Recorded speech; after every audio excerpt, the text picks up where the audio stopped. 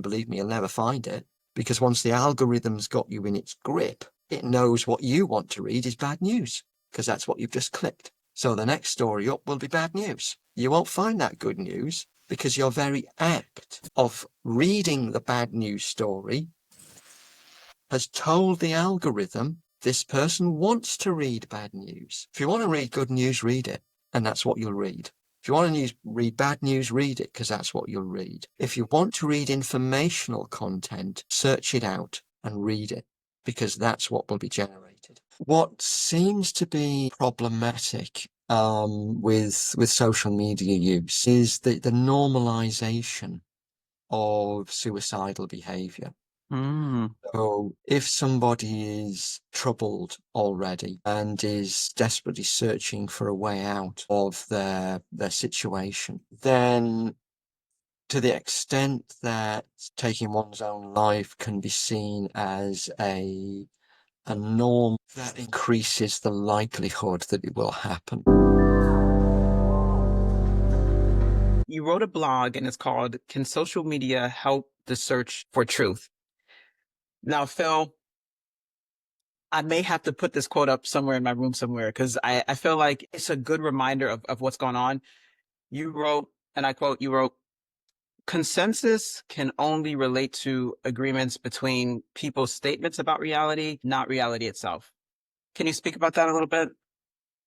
Yeah, I think this goes back, and it's an age-old issue that most people who thought about reality and truth have struggled with, going way, way back to Plato. And the idea basically is we have a problem in that we experience the world directly. We experience the world as it is, but we talk about it with others in language which only partially reflect the world that we're in. Our language is a very poor match to our experiences. And we can be deceived, we can be confused by the focus on the words, the focus on what people say, the focus on the degree to which lots and lots of people say the same thing.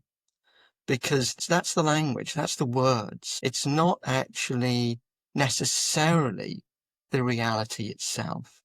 There is, of course, a relationship between words, the language, and reality. If there weren't a relationship, then the language would collapse, because you got to anchor something. The word has got to mean something. It's got to anchor to something. The problem is partly what it anchors to is the language itself and the way that people use it, the way they agree on usages, and that can distort our view of the world if that's all that we focus on. The problem with social media, of course, is it is primarily a social phenomenon. It is primarily not so much a linguistic phenomenon anymore, because there are different forms of it. It's many of the newer forms that are highly visual in nature. But nevertheless, it is a socially constructed way of communicating, way of letting people know things. And it sounds like I'm picking on social media. This is true of all language. We've just got to be careful with it. We've got to know it for what it is. It's a tool that we use as a species, like anything else. It's useful, highly useful, but it has its limits. It's like a hammer. It's useful, but you can't really fix a screw with one, or can't really fix a screw very effectively with one. And if you try it, then you can do a lot of damage. And it's the same with language and reality. And I think that's what I was getting at there, that we can be deceived by, well, everyone else must be saying that. It's true. And it's not. That's what they're saying. That may have a certain social resonance. It may have a certain social cachet to agree with lots of people. And it's always nice. But it doesn't necessarily mean that's really what's going on. Yeah. I was speaking to he's not a researcher. His name is David Ropick. I'm sorry, I'm messing his name up. but he looks at a lot of research and he investigates a lot of things. And he was saying he talks about like the alarmist culture of constantly alarming people of all these different things that's going on, maybe like with cancer, for example. And he said that it's such an emotional fear is such an emotional thing. I think everything honestly is an emotional experience to some extent or another. And I think that social media has captured that very, very, very well with, Think you it's hard to, yeah, it's hard to square that. It captures that essence, that feeling, that vibe, It does, but there are gains that people have for being alarmist. There are kind of secondary gains that they get. The way our systems are worked, the way we've kind of evolved as a species, and most species have evolved, is to be very, very sensitive to threat responses. One of the things that happens when you get a threat response is that the limbic system gets stimulated. You get this sort of panicky bit of your brain, the amygdala, that starts firing off. Yeah. Something horrible happening. I've got to do something. What do I do? Um, of course, our cortex is the kind of the management system, but Yeah. that takes, like with most managers, that takes a bit of time to respond. So Yeah. you send a That's memo. motivation. Yeah, you send a little memo to your manager. It's going to be 3 weeks before they're back from playing golf or whatever it is they're doing. So you've got to figure out what you're dealing with yourself. And the way it's wired is the amygdala triggers a response to threat, which can take one of a number of forms. One of those forms, and perhaps one of the more adaptive forms, is a kind of a freeze response, where we stop the bodily movements shut down. So we become very, very still. And you see this with all species, as deer in the headlights is a classic example of this. That the body will suppress its movement. Heartbeat will slow down, but get stronger. So you feel your chest pumping. You feel your limbs being heavy and cold. That's because the movement's inhibited. But, and this is really important, what social media is tapping into. In addition to shutting down the body, the attentional systems in the brain step up. So you become hyper vigilant. You're looking. So, okay, I hear an eagle. I'm gonna stop. I'm gonna look. Where is Yeah. it? And you can see how that would avoid predation. If you're a small creature, and there's creatures who can be predated on back in the time, it's a response that we've got. You become hyper vigilant and you start looking around. Now, social media is ideal for this type of response because as soon as there's a threat, what people tend to do is they start looking at it. They'll pay attention to that threat, and then they'll start scrolling around it for other bits of information around that threat and start taking all of this in. And because of its nature, that it's there, it's a linguistic tool, as we've talked about. You don't need a bodily response. You just need this cognitive response to it. It's ideally set up for this hyper-vigilant freeze response. We start scrolling, we start looking. It gets our attention. Now, there's a lot of secondary gain to that. If you're someone who posts an alarmist thread on an alarmist message, you're gonna get a lot of hits Yeah. on your site. If I'm moving into a more jaded worldview, which I try to avoid, if a social media company or a social media digital provider, I want lots of hits. I want to sell my advertising. What better way than just to get everyone looking by panicking them? Right. Right. So we've got to be aware of these things Yeah. when we're using it. That's all it takes for the most part. Is just raising people's awareness. Do we need to ban it? Not really. Australia are talking about that. It's probably entirely counterproductive. Right. to do that. We know what prohibition does for most things, especially things that have been legal. Different matter with things that haven't been legal, but with things that have been legal, when you start to prohibit them, you get all sorts of problems coming up. We know this. So it's probably not going to work. All you need to do is make people aware. What's going on behind the scenes. So we're going to go on that a little bit later, but you also write about narcissism and attachment styles and how they both show up in both conspiratory thinking online and just online in general. How does personality affect one's belief in online conspiracy theories? There are a number of ways in which this can happen. There isn't, as with most issues, there's not a single, this is the answer. If any scientist comes on and says, this is the answer, they're selling you something. Yeah, they're selling you something. There are many ways, but the key ways that we've seen lately, conspiracy theories are very useful to certain groups of people. And we see, certainly within politics these days, it's very, very cliquey. You don't see a lot of rational discussion within politics. And that's true of any country. People have their own little groups. Now, one of the ways that groups can maintain themselves is through a phenomenon which has come to be called collective narcissism. So this is like narcissism of a group. Here we've got narcissism at root is the product of somebody with a very fragile sense of self. They've got they might have an enormous ego, but it's very brittle. It doesn't take much to puncture it, and they'll kick off. They'll get very angry very, very quickly.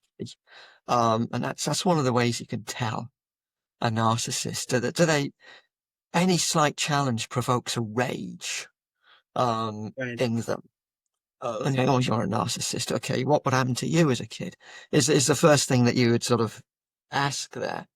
Right. However, to maintain that ego, to maintain that sense of self, what narcissists do is they do that largely at the expense of other people.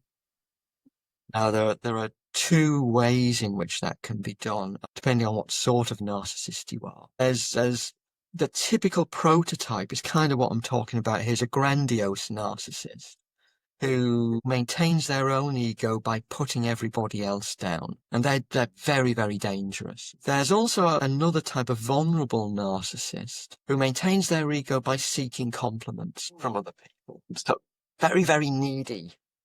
Individuals can be quite manipulative, but generally not as dangerous and can be very vulnerable.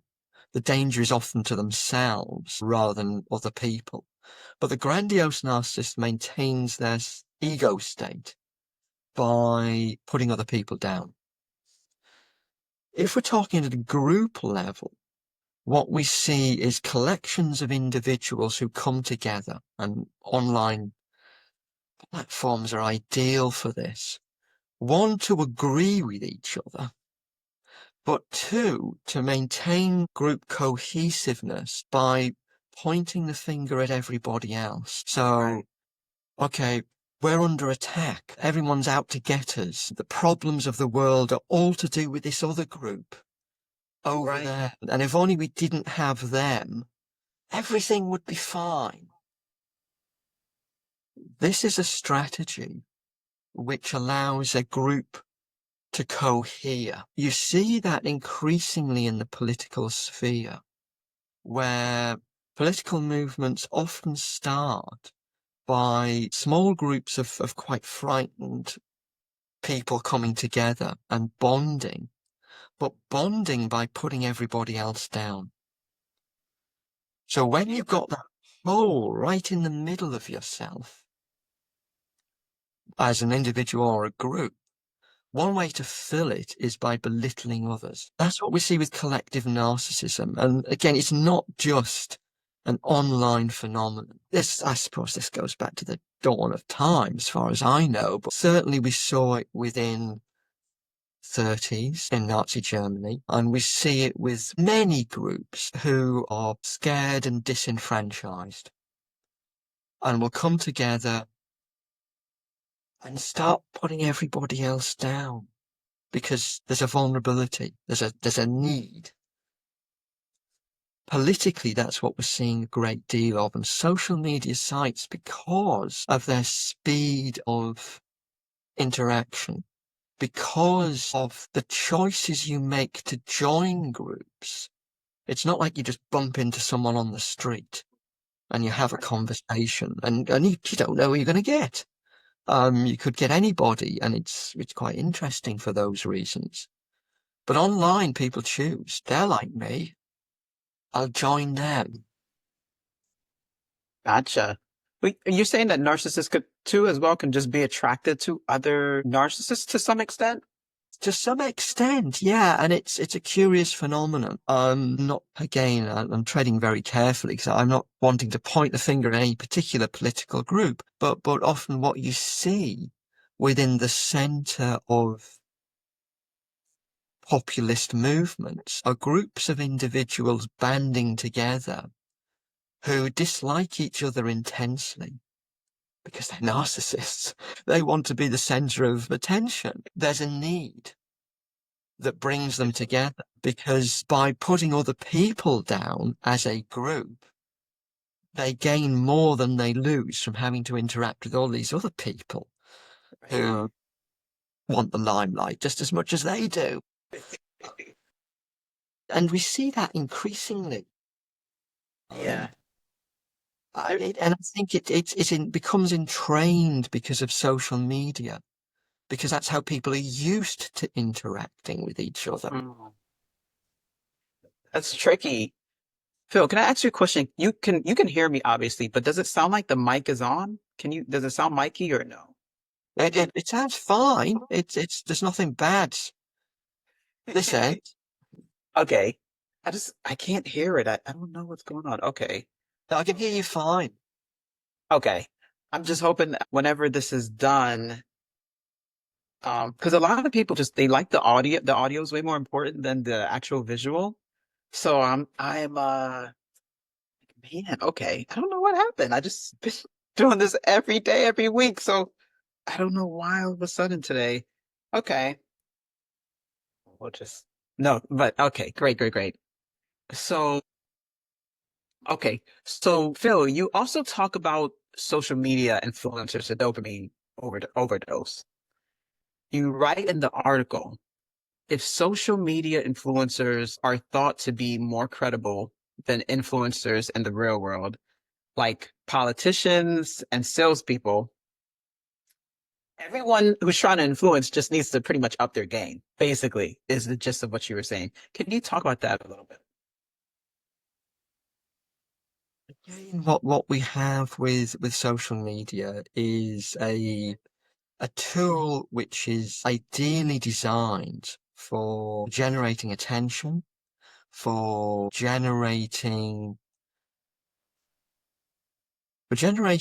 a lot of emotional feelings, a lot of sometimes positive, sometimes negative. And influencers who are working through digital means have a kind of natural built-in advantage that way, because the very platform that they're using triggers all sorts of neurochemical responses that don't necessarily get triggered so quickly in the real world.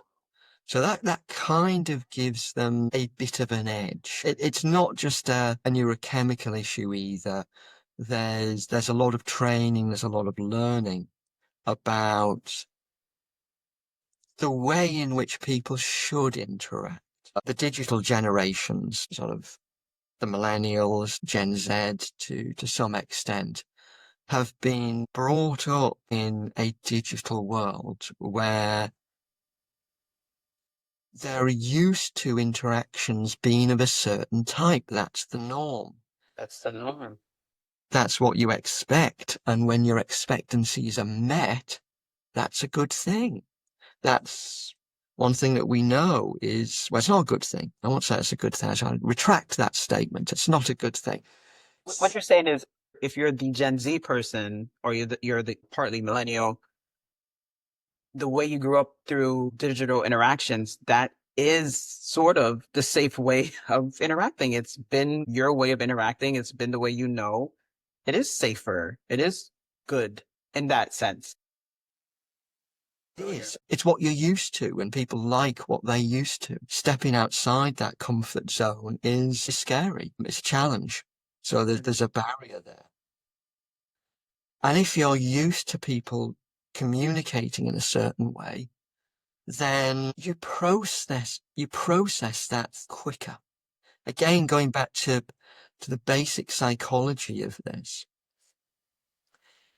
If you're a rat in a box and you're presented with a stimulus, the first few times you're presented with that stimulus, you pay a lot of attention. That's novel. I'll have a sniff at that. I'll have a look at that. And you pay a lot of attention. Gradually, as you get used to that stimulus, those initial exploratory, attentional responses fade. Mm. You don't pay attention to it so much, but there's a trade-off here. You process that information without having to pay attention to it. So the more familiar something is, the more it just slips in there without you actually thinking too much about it. Now, when we're looking at social media, if we're Gen Z or a millennial, this is what we're used to. You're not investigating a lot of the message. It's just slipping in there without that conscious investigation, because that's what you're used to. If you see a more traditional influencer, including more traditional politicians or salespeople or a lecturer, getting up and just wittering away for however long they want to witter away for, that's a bit odd. Yeah, it is a bit odd, and the message doesn't slip in as easily. You actually attend to it more, but it doesn't go in quite as quickly. There's a bit of attentional resistance to that going in. Actually, that's quite a good thing. Violating somebody's expectations and getting them to just, oh, that's a bit odd. Going back to that freeze response that we talked about. That's what's going on there. Getting them to think a little bit is really important. With social media, if you grew up with it, one of the advantages that digital influencers have is their message just slips in because people aren't paying that intense attention to it anymore that they might with the more traditional politician. Um, which makes it hard for Gen Z and millennials, I think, to interact with other generations. And it's not because they're necessarily any different or brighter or more stupid or whatever. It's just that that's the way their world has been. That's what they expect, which is not the case and has never been the case prior to the digital revolution. That's a problem for those generations. A very good point, Phil. Something that you said earlier, like you were saying, pointing this out, pointing out how social media works, what social media is optimizing for, and even what we're going to talk about later with influencers and etc. is very important. And I think a phenom I don't know if I should call it a phenom, but something that's good or something that I've noticed in my own personal life of why that's important is I think, for example, like with salespeople, just the traditional salesperson, I think people are much more skeptical, being honest. If it's not in the influencer route, but if it's like a traditional salesperson coming to you, they're knocking on your door, they don't knock on your door as much, and they're trying to sell you something.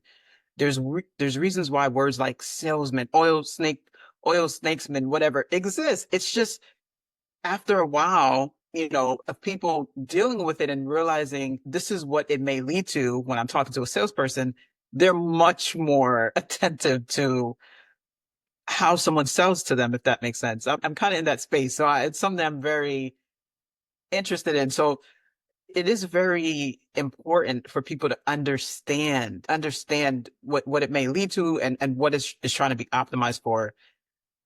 I think that's a very good point. When we see a lot of adverts on digital platforms, I've noticed certainly over the last 2 or 3 years that the wording and the structure of advertisements has switched, and this is influencers influencing. Okay, So please tell us. Yes. when an influencer sets up, they're basically a salesperson. That's what they do. That's how they make their living. They sell you things, but they do it in a very sophisticated, very, very subtle way so that they create a persona which people find interesting or attractive or whatever. And then they attach to that persona. Because there's an attachment there, anything that persona then does gains a certain level of kudos, gains a certain level of positive affective state, and people are much more disposed to buy it because they have attached to that influencer in the way that they may attach to a performer or a sports person in the past. It's the same deal. Now, what we sometimes don't get is that still sales going on. And I've seen of late, even adverts which are selling you, I don't know what, a fan heater or a whatever. The wording of those adverts is immediately trying to create a bond with the people they're selling to. So they'll often start by saying, energy companies don't want you to know this. They do. That immediately says we are one and they are different. There is an us, there is a them, and you are the us. You're with me. They don't want you to know this. It's conspiratorial. It is bonding with people. It is a form of collective narcissism. So now you're in the in-group. Once you've done that, anything this group says, that must be good. Because they out there, they don't want me to hear this. So they must be bad. So this has to be good. That subtle change in the way that advertising is actually working is actually a result of the digital generations and the influencers, because that's how they work. Right. Still selling you something. Okay, so you haven't got Big Bob's used car salesman anymore doing the fast talking. Because you knew where you were with Big Bob. He's a second-hand car salesman. He's trying to sell you a car. You can take that with a pinch of salt. Right. Big Bob is another. He's something different. But now the salesperson is the same as you. And that's much harder to fight against. But that, as you said, is a direct result of digital influences influencing and changing the world that we live in. I think they've taught salespeople a lot indirectly. And I do love how I do like how you speak about this. I do want to, just add some caveats that there's nothing wrong with being sold to per se. There's just an awareness that needs to be around that you, one, are, okay, that you are. Because everything kind of comes down to a sell, whether it's trying to sell you certain ideas, etc., or it's financial gains, right? Something to sell you financially. One, you do have to recognize that. I won't say you do have to. It's good. It's healthy. There's no harm and understanding that that's what's going on. And another thing is, once you recognize sometimes that you are so closely, in some cases, not every time, but in many cases, you feel so closely connected to the individual now selling you something than many years ago. Like, you probably felt connected to your salesperson, but there were certain boundaries. Just like with working in the medical profession, because I was speaking to a researcher about how people are able to influence people on TikTok, for example. Influencers influence people on TikTok with cancer remedies and etc. There's a certain there's a certain boundary, she was telling me. She's like, there's a certain boundary professionally that doctors have to keep, which then makes the person not, you don't feel as connected to this professional. Whereas when you're online and you're hearing an influencer talk, there's a connection there. You know them. So, or you feel like you know them. So the point is, it's not necessarily always bad. These things are on a spectrum. There's more ethical ways to do it. There's definitely unethical ways to do it. But to be aware of what's going on is going to be more helpful than not. To understand the psychology behind what's going on to some degree. You don't have to be a psychologist like Phil, but to some extent, to some extent, to know that, and then to still be okay with whatever's going on. It's more consensual, if that makes sense. There's a more consensual nature to it. I think that's a really key point, and there's absolutely no problem with somebody making some money. There's nothing wrong with that at all. It's the manner in which that's done, and you make another very good point when you talk about professional boundaries here. It's knowing what you're engaged in this relationship for. So with your medical practitioner, you have an idea of why you are in that relationship, and a strong relationship with a medical practitioner within the boundaries of that interaction is extremely beneficial. You'll get better quicker if you trust your medical practitioner than if you don't. But that relationship has some boundaries around it, and those are quite clear. So, for example, with psychologists who are practicing clinically, they will present a contract to the person at the start, which outlines the nature of that relationship. And it just helps to maintain boundaries. Going back to one of the other points that you made, and it was quite interesting, that the selling of things. Influence is about imparting, transmitting things. Where I think I probably slightly disagree, certainly within the realm of science, is that there isn't, or there shouldn't be, any personal attachment between the scientist and the idea they're trying to impart. There's no personal or secondary gain to be had, or there shouldn't be. Of course, I'm not naive to believe that that's not the case. But if we go back to one of the great philosophers of science, Karl Popper, who basically said that a scientific theory or hypothesis is something which is there to be disproved.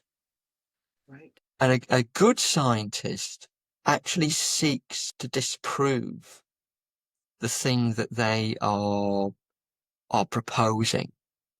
So good scientists actually come over as highly negative a lot of the time. So there'll be the person at the back of the room saying, hang on a minute, that can't be true. They're trying to test the limits of an idea. How far can this be pushed? What needs to be altered to make this right? A scientist who becomes personally attached to a theory, pushes the theory, is actually a danger to science and in some cases the public, because there is no theory that I know of which has survived universally for a great length of time. We're constantly tweaking. Some are better than others. Some are getting closer to the truth than others. But unlike the salesperson who does have a personal investment in the product, the scientist has an investment in the process. So I'm invested in the process of doing science, not necessarily tied to any one theory. And what I say today, I believe, because that's where the evidence leads me. But if that crumbles tomorrow, my world won't crumble. That theory is disproved. Job done. Move on. Um, That's a very. I think you're right. It's all influence, but there's, as you said right at the start, there's nuanced differences here between a salesperson who may not be, I don't know, personally invested in Wheatie Pops. They may not care one way or another about the Wheatie Pops, but they care about the money it brings them. Exactly. There's a personal investment there. The publicly funded scientist actually has no personal investment in that. And that's why that's important to keep. Now, as long as you know what you're seeing on social media, as you've said, you can make those discriminations for yourself. There's no reason to get uppity and ban it. Yeah. All you need to do is tell people. People are not stupid. They get it. Give them the information. They'll make their own decisions. I think I'm gonna have to rewatch that later. I mean, I don't like seeing myself, but I do have to. There's two very important things that you said, and hopefully you do write about this at some point, or maybe you have. But this idea of being engaged with the process of truth and detachment from, which I guess is kind of the same thing, but detachment from the end result in a sense, the end theory in a sense. You know, there's like when COVID happened, I think a lot of people they look back and they're like, you know, there's this that could have been done, there's that could have been done. They locked us down for too long. All of these things, there's some things that people say that are 100% true. Just there's no doubt. But sometimes it is good to remember the process that was going on, what was going on in the meantime. And there's claims that certain, scientists spoke too strongly. They may have exaggerated things, and they should have just kept things at what they knew instead of trying to over display confidence and all of these things. It's good to remember as well, very, very good to remember that the process is different than the end result. What people were concerned with at the time, the news, the data that they had, how prepared they were before, all of these things, with funding, all of that matters to how they got to where they did. And because it's going to be important, because if we ever do have another major event like that, a lot of people might just go to the end conclusion that they had with COVID. And it's the process that I think you said, I think that matters or mattered more. Yeah. I mean, and that's right. During that period, and again, this goes back to what we've been entrained to think about and to react. Negative information gets more attention quickly, and confidence sells. Going back to this notion of ideas. That's a very sellable quote. Well, Yeah. confidence, that's what it comes down to. It sometimes, and tragically, doesn't matter what you say, as long as you say it with belief. So people think, well, it must be true. They just seem to know what they're talking about.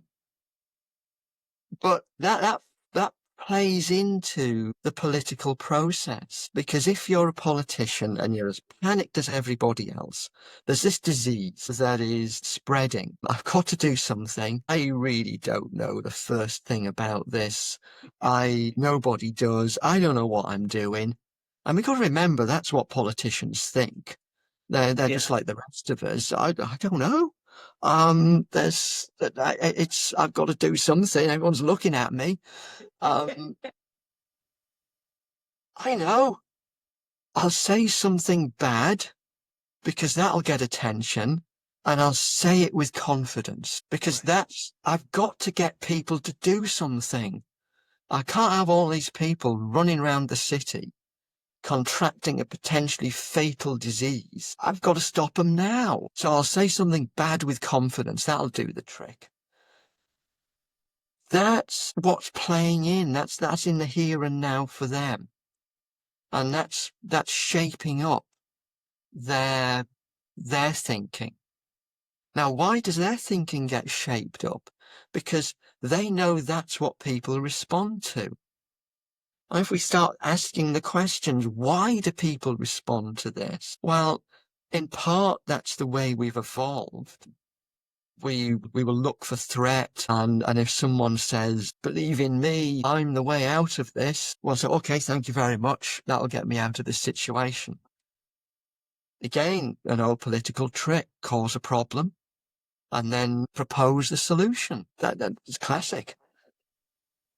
But why do we? That's partly the way that we've evolved, but it's getting worse. And I look around and I see, well, maybe our interactions digitally, our social media interactions are shaping us up to expect this type of communication, so that when somebody comes on and says, oh, this is a difficult one, there are lots of issues here, Right. everyone's turned off. I mean, if you go on and when you're doing your podcasts, and I know when I'm doing little interviews, if I say what I really mean, which is, this is really difficult. There are so many issues here. Let's go through them. I know we're still going to be talking 3 years from now. Exactly. And within about 5 minutes, everyone's gone off and made a cup of tea because they're bored. That's getting worse. Capturing someone's attention is harder now than it's ever been. And I think we've got to ask the why question. Why do politicians behave like this? Are we getting the politicians, the influencers that we deserve? Is it us? Are responding to the nuanced conversations that we're used to? Again, if you go back to these types of programs that the BBC used to do in the 90s and the 1950s, where you'd get a number of old blokes, usually with knighthoods back in the day, sitting round a table. And they were fantastic conversations about an issue. But you wouldn't get that now, because none of them were actually making a point with gusto and confidence. They were slowly assessing the issues and pulling it out in a way that I fear social media is not being used to do. I'm not saying it couldn't do this. There's no reason, earthly reason, why the old BBC radio discussions from the 1930s and 40s could not be engaged upon in social media.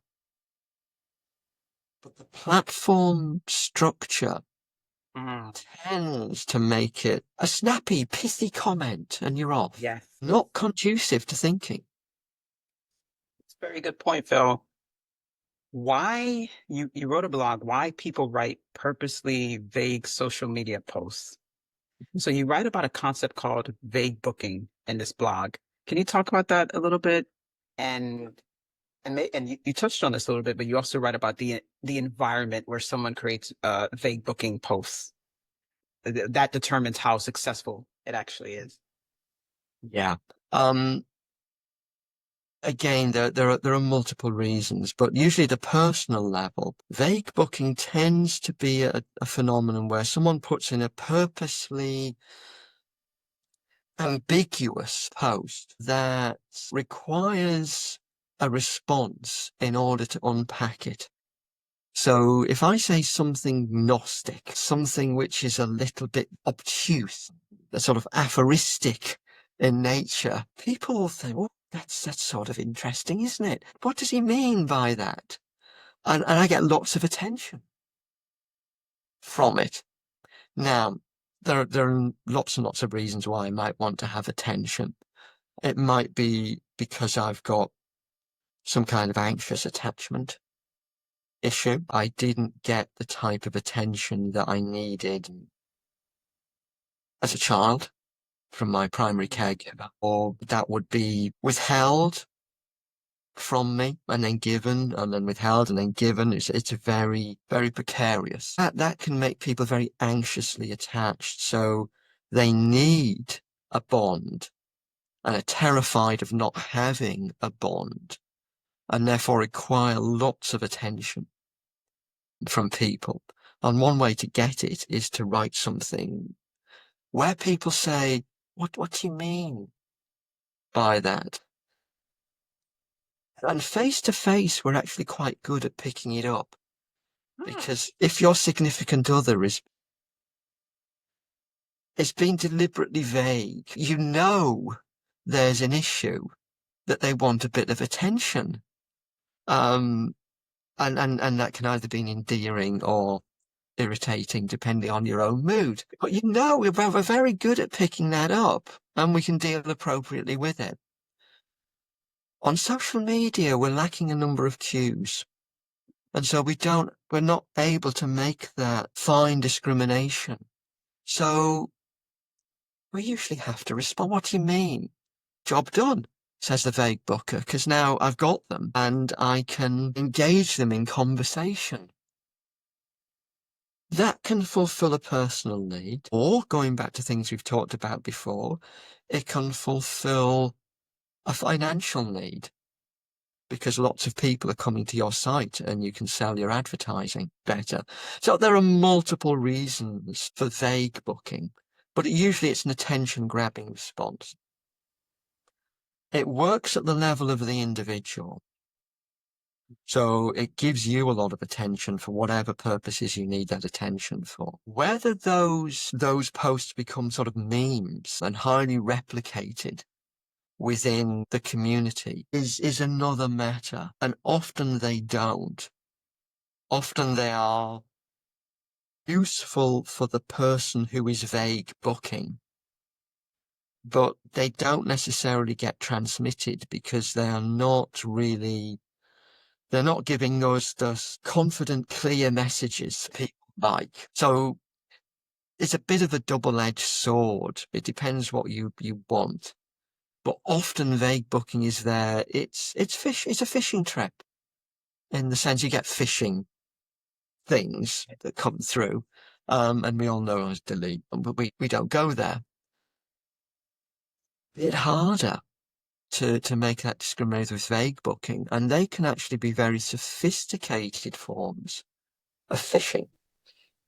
You know, that's so interesting because I'm thinking about that. I think I used to do a lot of vague booking writing. Like when I would write a paper, I would start off very big, like a very big, vague question that was like such a big topic. So if I was talking about if I'm going to speak about people or disease, let's say, you know, I was writing a paper about a specific disease, you know, the instructors will teach you like, oh, a very good quality that you do or you have is you start off very vague. You talk about our ancestors from, or you start off from like space or something. And I don't know, you'll bring it back and connect it.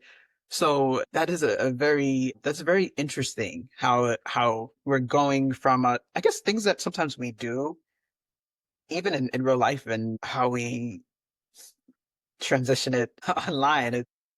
Very useful rhetorical tool. And if we go back to medieval universities in the 13th century, it's one of the tricks of rhetoric that people are taught. And it is a tool. It does get attention. It does. And there's no doubt about it. And there's nothing necessarily wrong with that. But I think, again, it's about awareness, and it's about people understanding what it is that they're experiencing when someone's vague booking. And that can be a cry for help, and that's important. That's true. It can be a cry for attention. And I think most of us who write about difficult subjects are purveyors of fake booking to some degree. How do we get people to read this thing about a neurochemical that we want to Right. talk about? Or how do I get a class of 18-year-olds to pay attention to some statistical concept? You start with something that's going to get their attention. And it's a rhetorical trick. That's fine. None of these things I'm talking about are necessarily bad in themselves. They're part of the human experience. It's about understanding what it is that we're seeing. It's about giving people the tools and the power to make those decisions for themselves, about empowering individuals. Blogs, wherever you write them, vlogs, podcasts, have an important role to play in getting scientific messages across to people. But ultimately, it's about throwing out a set of ideas to people, giving them those ideas to empower them to make their own decisions. And then I'm all for laissez-faire, as long as there's a fair playing field. Phil, what do you think it can be used unethically?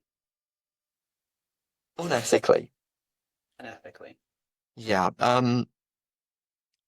it can. I'm sure it is used unethically, where the purpose of, it goes back to when we're talking about with influencers, where the purpose of the podcast is in fact a hidden one, where there is a hidden agenda to that podcast. It goes back to something you were saying about being open about what it is that you're trying to do,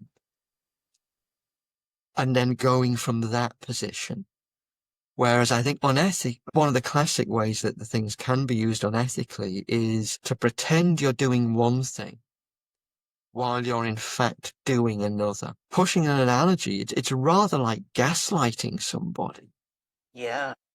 So I make no bones about my position for people who might ever want to listen to me. I hate the stuff. I hate social media. I think it's a terrible invention. Yeah. So That's where I'm coming from. That's my own personal bias. And I guess if you read a lot of the things that I write, that's fairly clear. but Phil, sorry to interrupt you. It's people like you who we need. I hate social media as well, and I'm learning about the psychology of it. I've never posted before this year for like 15 years. And who's running, who has the loudest voice are not the most careful. They're not, and I guess maybe that becomes a little hard to really talk about as well. It's, like you said, it's a little more complex, but still, the people who should have more power on social media are the ones who find it cringy. It's difficult. And I think we all agree it's not going to go away. It's not. And the shame of it is that it's potentially an extremely useful and empowering tool for connectivity. And we saw glimpses of that during COVID, where the true usefulness of this tool was there, keeping families connected, keeping informational flow going. That's what it's really useful for. But somehow the notion of digital communication has been subverted. And that's what the very things we don't use it for we don't tend to use it for what it's intended, which is informational transmission of ideas, facilitation of long-term contact over distance. All we get is people texting each other next door and mutilating their emotions in the process. This is not what it's good for. But somehow that's what people have come to think of it as. And it's like we've been sold a hammer and told to go and chisel a piece of wood with the hammer. It's not going to work. It'll work great for knocking the nail in. And I think that's my objection. Social media in the way it's currently used, and there are many reasons why it's used this way, is not doing anybody any favours. That's not to say social media in itself is necessarily a bad thing. I'm old enough to remember the degree of excitement when digital communication started as an academic tool where I could talk to my colleagues in the States daily about ongoing experiments or ideas that we had in a way that had been very difficult beforehand. And for about 6 months, that worked great. And then somehow it morphed into what we have now within academic life. And it goes back again to something we were talking about with Gen Z and millennials and the way that they've been taught to interact. Instead of getting difficult, nuanced, deep conversations. So the first emails were like essays. I mean, it's this 1,000-word email that you would write to your colleague trying to express a view. That's now, you're lucky with a student. I'm sorry, students, anyone listens to that, I'm not picking on you particularly, but it's just the way that you've been brought up. If you get 6 words out of them on an email, and it's some mundane question that would have been quicker for them to sort out themselves than to send an email or a text to their lecturer to do. Why do they do it? Because that's the environment that they have got used to. That's the form of communication that they've got used to. And they are being excluded and alienated from the correct use of a tool which could be extremely beneficial to them. And they are in fact being alienated as a generation from other groups. And that, to me, is extremely troubling. Phil, you're such a good speaker. I hope, man, I don't know. Have you been on, I didn't look up other interviews. You've done other interviews? Yeah, I've done I've done quite a few. Very So good. usually I like things that are specific, that are done because somebody wants to do them. Yeah. And rather than kind of mass communication stuff, not necessarily what I like, although it's lovely when lots of people see something. But I tend to I'd much rather communicate to a few people who really want to hear. You've thought a lot about these issues. So you wrote a blog, and I love this blog, by the way, Understanding the Digital Swarm. In nature, swarm, I hope I'm pronouncing that right. A swarm or flock or herd occurs for many reasons and can serve many functions for the gathering beast. It is often suggested that a key reason for a swarm is the avoidance or confusion of predators. You also mentioned the selfish herd idea. Can you talk about this? I think it's such a great connection that you've made. Well, Again, as you suggested there are multiple reasons for swarming behavior. But one of them goes back to some of the things that we were talking about earlier, which is the avoidance or confusion of predators. If we herd, if we swarm, then there's safety in numbers. It goes back to that notion of collective narcissism that's becoming very, very important for us to understand in the way that our world is going, because there's a danger of fragmentation, which is always catastrophically bad. Yeah.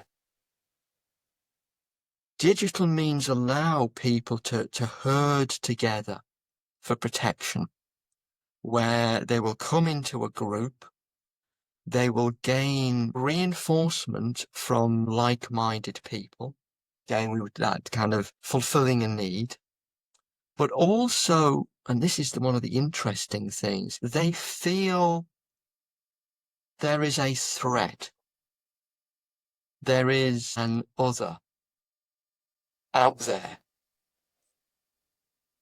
They must feel a need to protect themselves from this,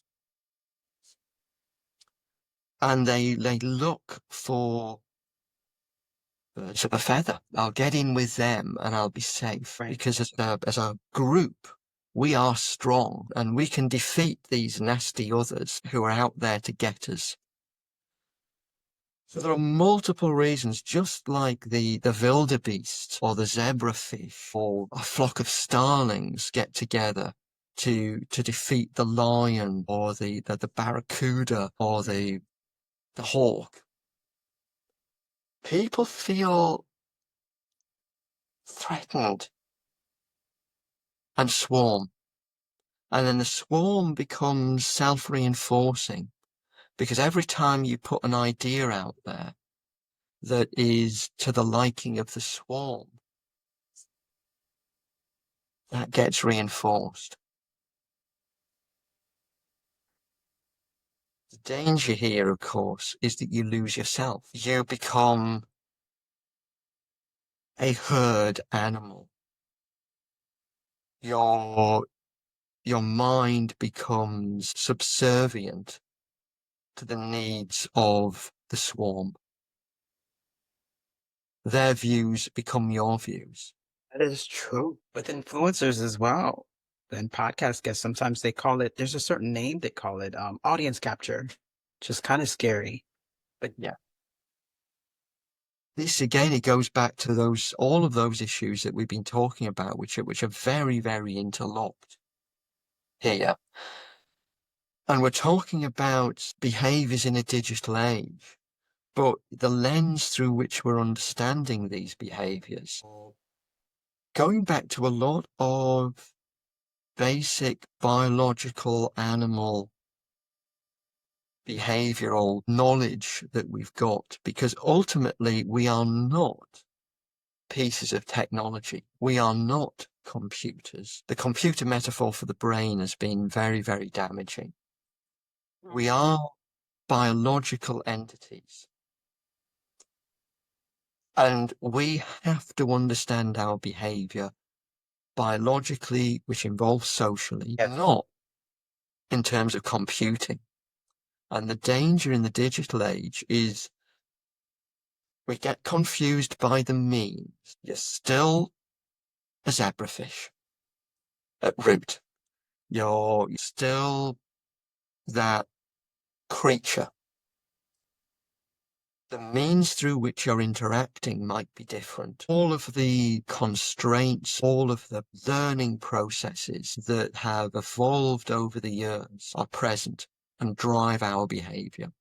And that's just as true on a social media platform or any other platform, because it's all a bit blurry now, internet and social media. Who knows what's the digital? It's all, it all looks very technological, but we're not technological organisms. We are biological organisms, and the technology is just throwing up new environments. where all of those old behaviors will surface. Don't get confused by the new. This is age-old problems. All we need to do is get the message out to people that this is what's going on. I'm not here to stop you. Oh, if you want to do your social media, knock yourself out. That's great. All power to you. Just know what you're doing. Something that when you were talking just now that I don't know, that it's just super clear to me right now, which is, I don't know why it's not something that was super clear before, but as humans, which is such a common sense idea, but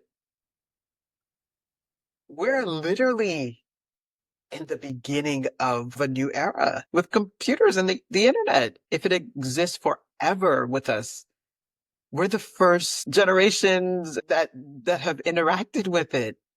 So I don't know. It's just very interesting to notice and point out when you talk about us as biological creatures and not some type of computational. I don't know. We're not computers. We're just like the zebrafish. So very good thing to notice and to keep in mind when interacting. You have written about how to be a successful, influencer. And it seems like it comes down to a few things. I'm sorry. A simplicity. I don't know why I can't talk today. It's more about how you say things and not necessarily what you say, and concrete language. Can you talk a little bit about this? Again, yes, it's again picking up on issues around saying things with confidence. Confidence sells. We know that. And that's always been the case. But with social media, the platforms are set up for really short, pithy communications. That's the way they tend to be used. You spoke about that as well, yes. If that's the medium of communication, then nuanced messages don't go down very well, and that's a problem. What people are looking for is something that they can grab hold of quickly, which is clear and appears to be said with a degree of confidence and assertion. That's one technique that social media influencers will use, and that's quite a successful technique. There are others, possibly more subtle, which rely on the formation of a bond with the viewer and putting out an image which is going to be appealing to quite a large group of people. You see that more with performers, especially in the music industry. If you go back right from the start of the emergence of popular music in post-Second World War, the most successful musical performers tended to be ones that people formed strong bonds with because they projected a particular persona which people identify with, attach to, and then buy into. And that's a more subtle way of doing it. But typically what you see is as a variant of Big Bob, the second-hand car salesman, which is a confident, simple message. Why that's easier to do comes down to the nature of the platform. Most platforms are set up for short, snappy messages. Yeah. And, you wrote another article, blog post, and you've hinted at this a few times throughout the conversation where you talk about interpersonal emotional regulation in a digital world.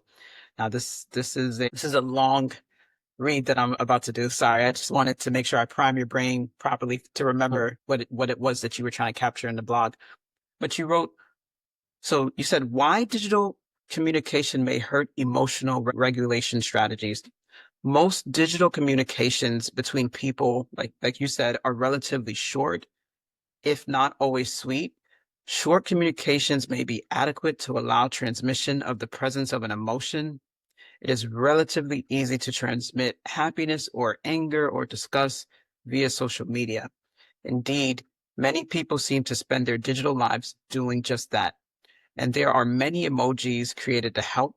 However, it's far from clear that beyond transmitting the existence of some or other raging emotion, short and often terse communications are any good at communicating the subtleties of the emotional experience. Can you talk a little bit about that? As an individual, where one of the key skills we've got is emotional regulation.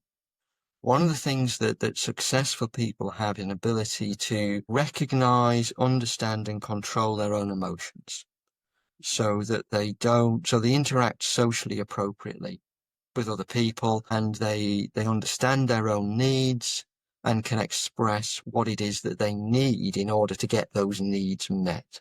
That defines quite a successful person. In order to do that, a number of things have to come together neuroscientifically. So Dan Siegel has a great model of the brain, which I shall rip off now egregiously. Basically, this is your brain stem.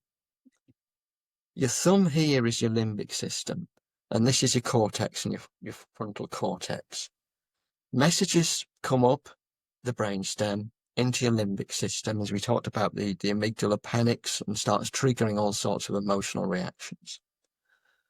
This bit here is the cortex. It's going to downregulate those emotions. So there's got to be a good communication here between the two. People who flip their lids, literally, and this is Dan Siegel's term, not mine, have no emotional regulation at all. The idea of emotional regulation is you're bringing your cortex, your manager, back into connection with the workers in the limbic system to get a unified whole going on. Emotional regulation is all about that. It's all about bringing your rational thought processes, which are slow, to control the fast emotional processing. Now, as an individual, that's what we try to do. The way, in which we've evolved as a species, because of our communication abilities, we can enlist others as an extra brain to help us control our emotions. So if we see a friend flipping out, we can lend our frontal cortex I like that. to your friend to control that emotion, calm them down, allow them to get back into the present, to see where they're going, and to see what they need. In the real world, that communication of emotion is a very subtle thing. So now we've got two brains on the job. And the subtlety of transmission of cues between these two brains is the key to that interpersonal emotional regulation. If you break those cues, and we see this with people from neurodiverse populations, people with ASD, don't recognize emotions. No, that's not probably true. They recognize the presence of emotion. They're sometimes not clear what it is. Being online is like that. And when we're trying to communicate to somebody else, there's this emotion raging. The way in which that's communicated is very impoverished. So that other person can't really understand it in a way that you can understand the subtleties of your friend's emotional state. And you can help. You can lend your cortex to them. But if you're the recipient of an angry post, all you feel is the anger. And the first thing you do is flee. You'll take your brain elsewhere. I'm out of there. I don't need this. Because you're not getting the subtlety.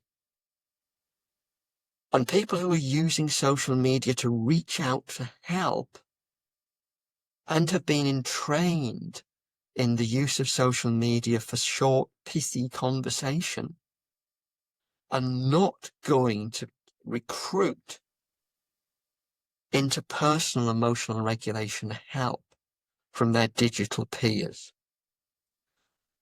That's, I think, what I'm getting at here. And it's about the nature of the way we use this device, which has almost denied us part of our human birthright to be able to help each other emotionally. We've become much more isolated as a result of the way in which we use communication and much more dependent on the swarm. Yeah. Yeah, that's a very good point. Very, very good point.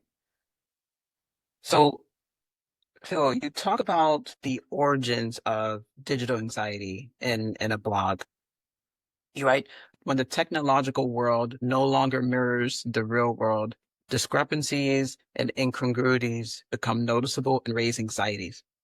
You also talk about doom scrolling and the manipulation of anxiety, which I don't want to, because think these answers out so well. I'll get into that after, but you also do talk about that, and you do mention some very good points in that blog as well. So can you talk about the origins of digital anxiety?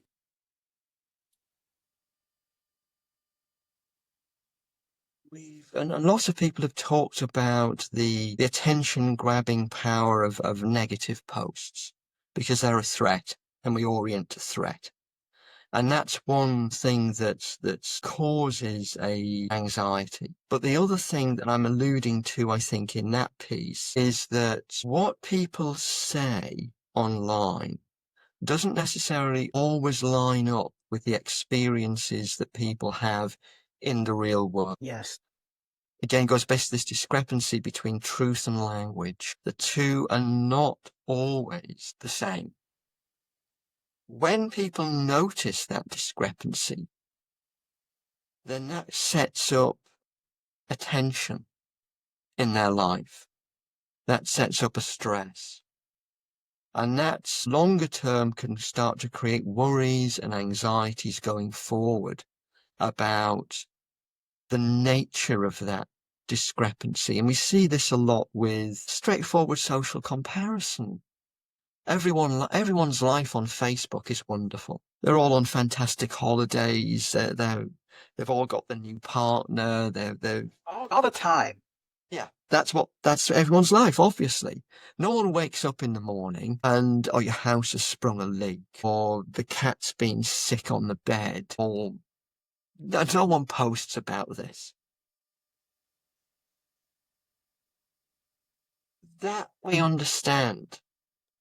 And we know what happens when we start making social comparisons to something which is not true. People's lives aren't like this. No. Like they're portrayed. They're just like yours. When we do that in other realms, when people start thinking, well, this is the way the world is, this is what's happening, and you look around you and you say, well, no, it's not. I don't see it. There's a discrepancy in attention which creeps in, which generates an anxiety. Anxieties generate a vigilance, which returns you to find the answer. And you start searching more.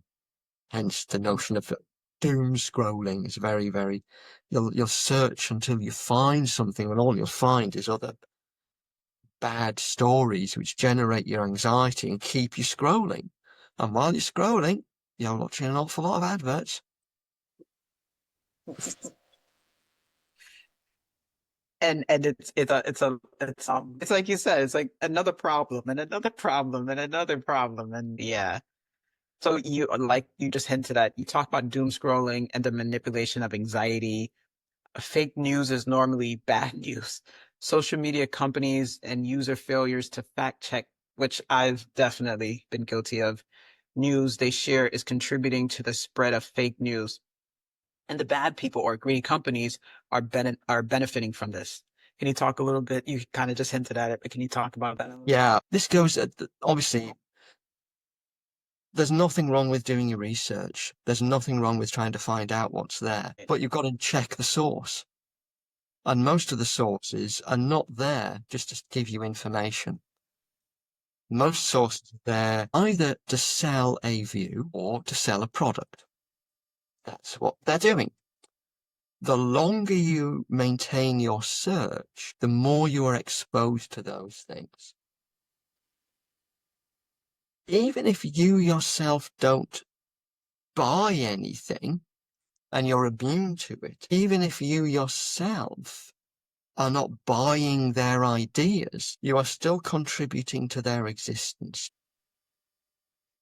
Or if I'm an influencer and I go to a company and I say, I have a digital footfall of 70,000 people a week on this site, then a company will say, oh, 70,000 people who are going to look at my advert. You don't have to say, well, of those 70,000, 321 of them actually agreed with what I was saying. And the other 69,000 thought it was a load of old rubbish. What you're doing is providing statistics which maintain a site which is set up for its own maintenance, not to generate information. The whole purpose of most of those sites, not most of them, the whole purpose of a lot of those sites is to be self-maintaining and to generate an income flow. There are some sites which are fake news, which are there solely for the purpose of spreading dissension and anxiety, and we know this is a digitized weapon. So we know there are powers who maintain extremely active cyber groups. You can have two people sitting in the room next door to each other creating accounts. One will argue X, the other will argue Y. It doesn't matter what they're arguing, so long as there's dissension, tension, anxiety. Because when you're anxious, you're off guard. Oddly enough, you are distracted. You're hypervigilant to the cause of your anxiety. You're not seeing the other stuff necessarily, which is going on. How do we guard against that? We just understand what it is we're looking at. We understand how it's affecting us as a biological entity. I'm feeling a bit stressed. Why am I feeling stressed? Stress happens in these conditions.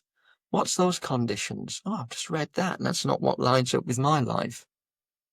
Believe your life. Don't believe what you're told unless you've fully checked it out. There are good sources out there. Not denying that. There are extremely reputable people out there putting forward information. But it's up to the buyer to beware, to check out the source. What's the purpose? Is this anxiety I'm feeling the result of a mismatch between what I'm being told and what I know to be true from my own life? When I get anxious, what do? I try to reduce that anxiety some way. Am I falling into a swarm to reduce my anxiety? Am I pointlessly searching for information which will alleviate my anxiety? And believe me, you'll never find it, because once the algorithm's got you in its grip, it knows what you want to read is bad news, because that's what you've just clicked. So the next story up will be bad news. You won't find that good news, because your very act of reading the bad news story has told the algorithm this person wants to read bad news. If you want to read good news, read it, and that's what you'll read. If you want to read bad news, read it, because that's what you'll read. If you want to read informational content, search it out and read it, because that's what will be generated. I definitely got to do a podcast where I talk to someone who looks into how people profit in different ways that people profit online, because this sounds naive, but I never realized that people who put out fake news, it's a self-feeding, or I don't know, I can't think of the word, but it feeds itself. It doesn't matter. Or it doesn't matter. Your reaction people know this to some degree, but when you explained it like that, hey, I got 70,000 per week, even if most of them don't agree with you, who cares? Who cares? And you also talk about this. You kind of pretty much hinted at the answer to this to some extent. So I don't know if you want to add anything to this particular blog post that you were getting at, here, where you talk about newsfeed anxiety, and you were talking about different surveys are showing things. You put there's surveys that show social media is now the most used medium for obtaining news by younger people, but the use of other news sources is declining, and that these trends have been apparent for several years. However, behind these figures, the surveys show that people do not like social media, so even though they do use it, and that many try to avoid online news. There are some other interesting figures about trust, which also play into the story, but the key findings to keep in mind are that people both use and try to avoid social media news.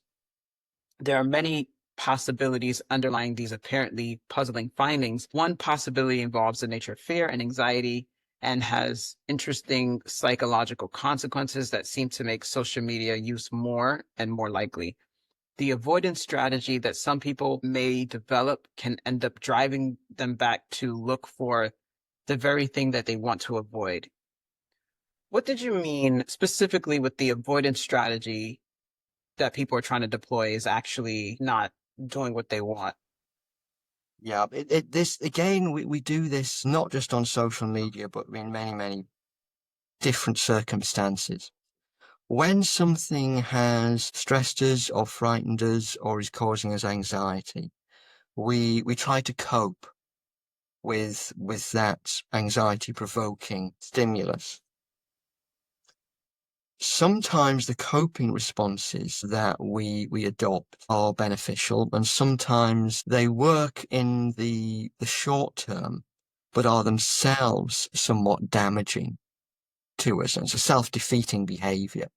So, for example, things like self-harm or substance abuse can be a coping strategy for a very stressful situation, which may work in the short term, but long term is damaging. It's an avoidance strategy. Sometimes those avoidance strategies, the coping behaviors that we develop, lead to the very thing that we're trying to avoid: fear or stress. So in trying to avoid the, the anxiety and fear that social media news stories can sometimes produce, the strategies that people use can often lead them, as we just discussed, to try and to find counteracting stories on social media to balm their and of course you never do. That's right. You just find more stress-inducing news. So the very strategy that we use to avoid the anxiety-provoking event leads us face to face with more of those anxiety-provoking events. We don't get out of the cycle that way. And again, it's a very, I'm painting a very incredibly bleak picture of social media. I can hear myself, and I don't necessarily want to sound like this, but it's one of the issues we've just got to be aware of, that the way in which we typically avoid things, the way in which we've evolved to avoid things, the way we learn to avoid things, can sometimes lead us to do behaviors which are in themselves harmful. And avoiding social media distress by actively seeking out other social media stories is one such self-defeating behavior. It sounds like you're basically just talking about how coping mechanisms can work against you, essentially. I never thought of that, but I think I kind of do that sometimes. You talk about avoiding an open life, the case against oversharing on social media, both open. Okay, so sorry. Yeah, sharing the case against oversharing on social media. So then you write both open plan offices and social media reduce a person's control over who has access to their personal information. So you were talking about plain, I think I wrote that wrong. I put plan, but plain offices or, Yeah. Open plan. oh, is it open plan? Okay. Yes. Open Open plan. Yeah. plan offices. Yeah. And you were talking about how that creates to us as biological beings, anxiety, right? It creates a lot of anxiety. And so how does that relate to sharing on social media? It's about controlling who has information about you. It's about putting up boundaries that we do in order to maintain a healthy social relationship. There are many different forms of social relationship that we have. And what we do in one social relationship is not the same as we do in another. That's not to say that one is necessarily better than the other. They just serve different functions. And we understand that, and we understand the nature of those boundaries around our interactions. That's what keeps the relationship healthy. That's what keeps the relationship productive and positive. When you're on social media, there is a tendency, and I don't know if we're getting better or worse at it over time, to say things about yourself which you shouldn't really reveal to people who are not in a particular relationship. That's what I mean about having an open life. It's like sitting in an open office so everybody can see every move you're making. There's no privacy. And that's important to us. Even in a relationship, there are boundaries around. There are very few relationships in life where the other has access to everything about us. Perhaps relationship with a significant single partner would be one example of that. And that's healthy within that relationship. But within friends, within colleagues, within acquaintances, those relationships can be very healthy and productive and important, but they're boundaried. We don't share everything. Why do we assume when we go on social media that everybody out there is immediately privy to every thought, every emotion, the moment we have it? That's a sure way to not to have healthy, productive relationships. Think about that. Think about the too much information. If you've got an acquaintance, it's fine. You get on well, you make them happy, they make you happy, you've got a bounded relationship, it's working great. And then there's that moment where something is shared that you did not want to know. That's a problem.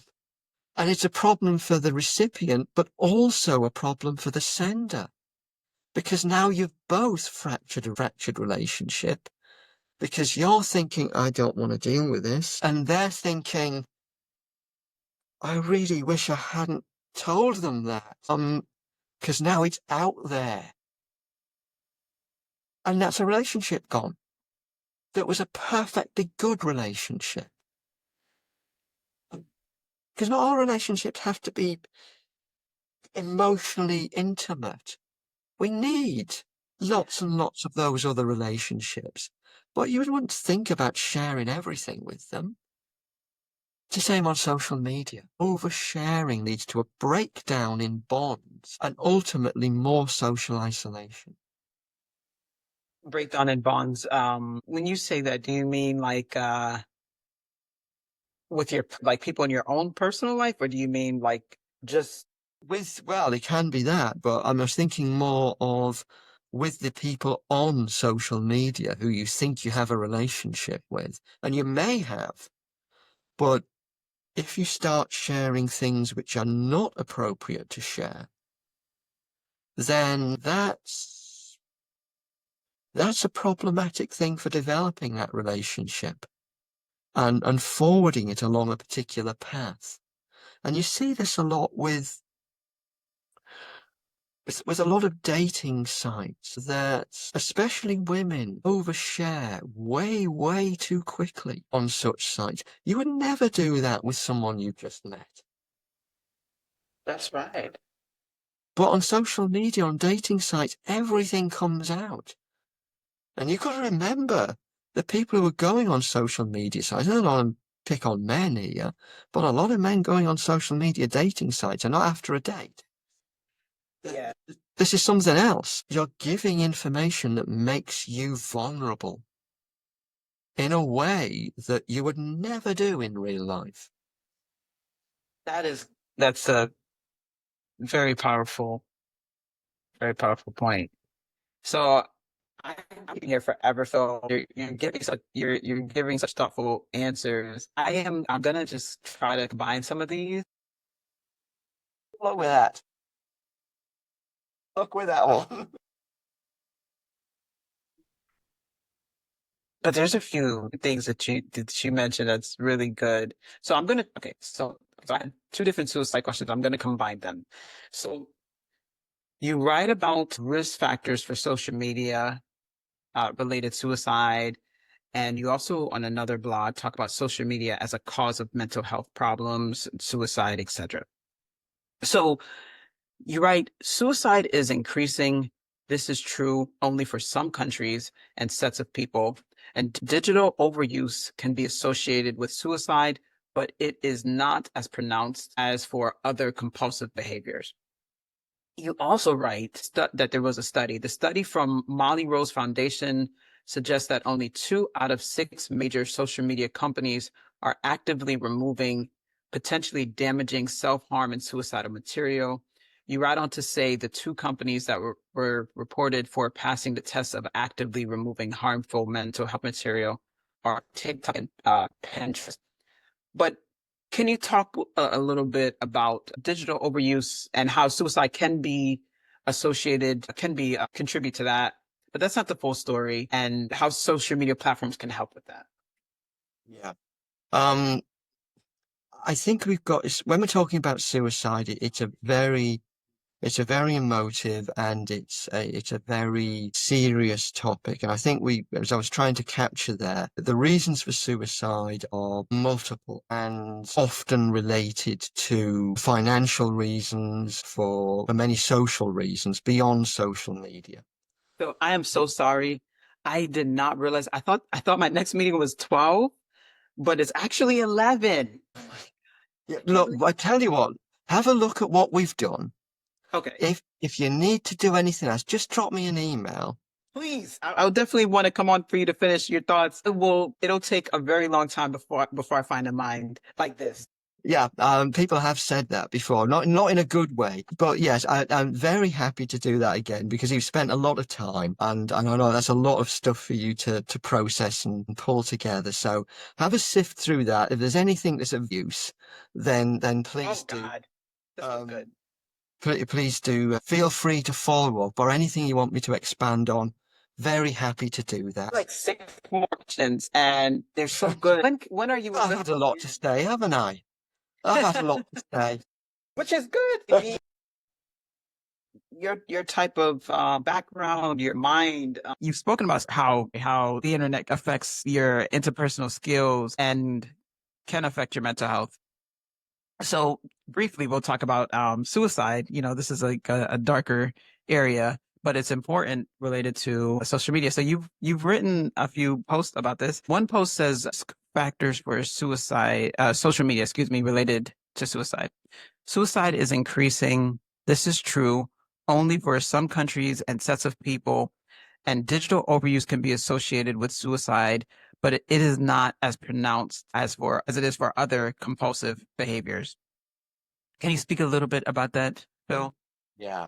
Um, when you look at cases of suicide which seem to be associated with digital overuse, not necessarily digital overuse, but the types of use that people are experiencing. This is a sad and tragic outcome. It's certainly been the subject in the UK of legislation around content on digital platforms. Right. and quite rightly that it's a concern. It's perhaps not as strongly related to digital usage as it is to other compulsions. So if you look at things like gambling or even to some extent shopping, they have a much higher rate of suicidal outcome than digital media. The reason seems to be highly tied to financial pressures on the individual. So compulsions which lead to financial hardship are the ones that are most likely to result in a suicide. Right. So we need to place this into a much broader context. However, of course, one suicide is too many, and we need to look at that.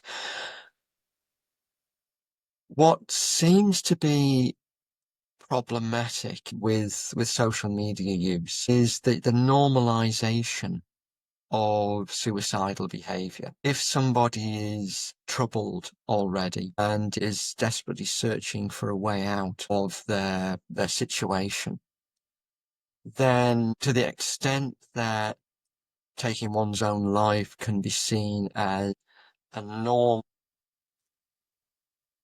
that increases the likelihood that it will happen.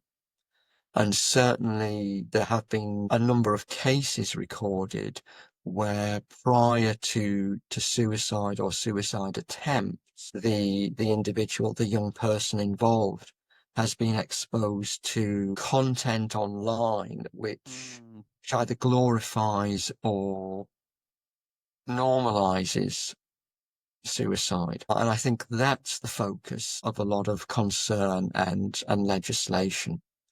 So I think we need to contextualize it before people start panicking. It's not endemic. It is by far a very rare event within young people who engage in social media. However, vulnerable young people who are already troubled, who happen to come across sites which encourage suicidal behavior, and sadly there are such sites out there, may well be more likely to take their own lives as opposed to seeking other forms of resolution of that problem. And I think that's something that should be pointed out. Sometimes when a young person is faced with the problem, because of their general lack of experience seems insurmountable. And those problems, because they haven't run into them before, as older people often have, seem like they don't have solutions, when in fact every problem has multiple solutions to it. Suicide is a tragic and final one, but isn't by far not the only means of dealing with the problem. But if it's normalized, and some of these sites are fairly horrendous in nature, it's just going to increase the likelihood that a troubled youngster will see this as a reasonable solution to a problem which probably has much easier solutions. Yeah. You know, So, yeah, something that's really interesting that you said, I'm not gonna veer off in too far off, but it's very interesting, something that you just said, you did point out that young people that do tend to commit suicide, there has to be this belief that this is the best solution logically. And a lot of that is probably related to the fact that there's a naivety there. They don't realize there's, multiple solutions. And the people that don't commit suicide, or who do reach a certain age without committing suicide, I feel like there's almost I don't want to say that there's a survivorship bias there, but that is interesting. That's a certain type of person in a way, yeah, like someone who's been able to not, who's decided not to. And I don't know. That's interesting. I'm wondering, there must be an ability there to regulate emotions and certain intents. There has to be something that's very interesting. emotional regulation plays a part in it. Now, suicide can be seen as a response to threat. Immediately threat comes on, and if you think of your threat responses, It looks like a derivation of a flight response, but it isn't. It's much more likely to be a derivation of an aggressive fight response, but that aggression is turned inwards. Inward. So it's something to do with the history of the person, what they've learned works as a response to threat in the past. It's something to do with their inability to control impulses. And this ties to social media use or other compulsive behaviors because they tend to be disorders of inhibition. So it's a problem of not being able to inhibit a response. So think of gambling or shopping or pornography or social media. It's not being able to suppress an impulse.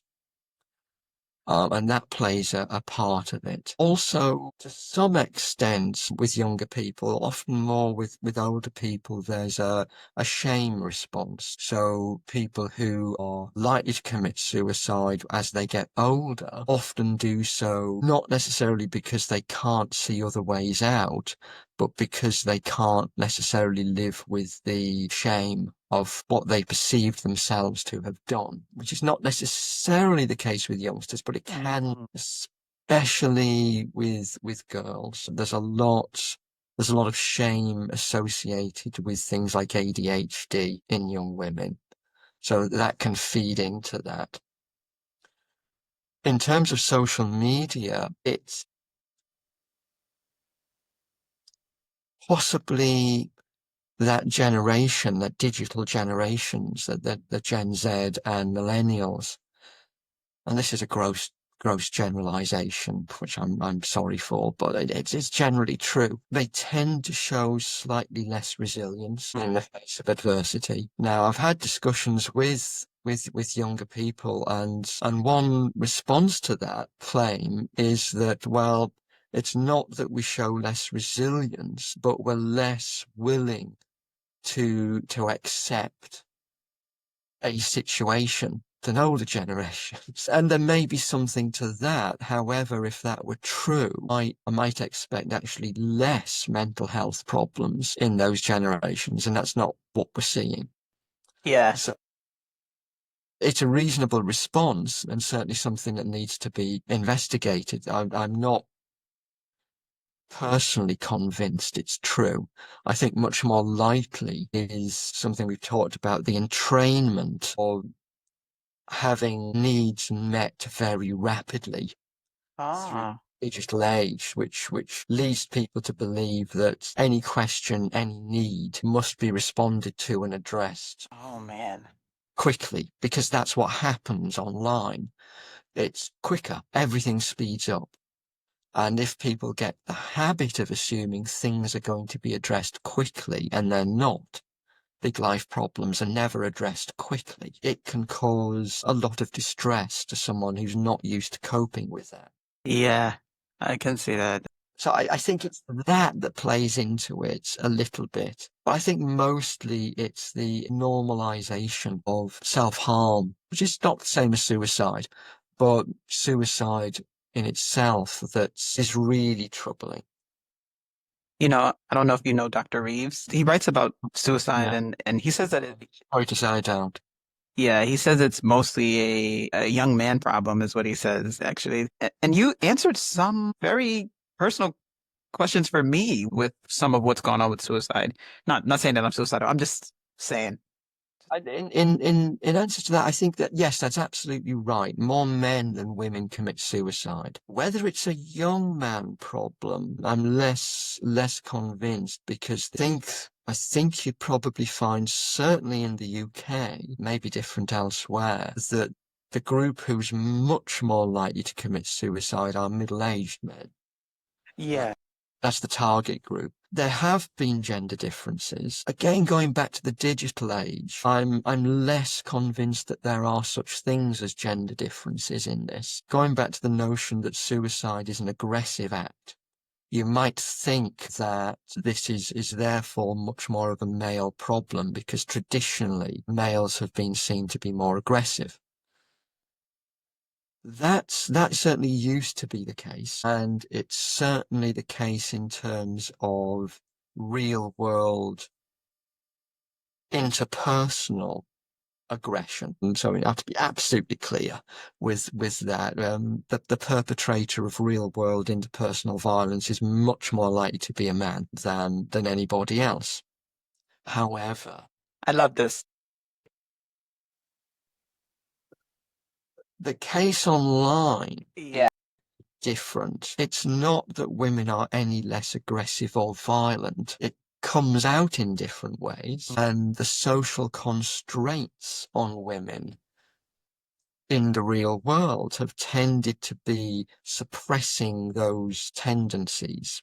That may be a good thing because it's not good to be aggressive. Right.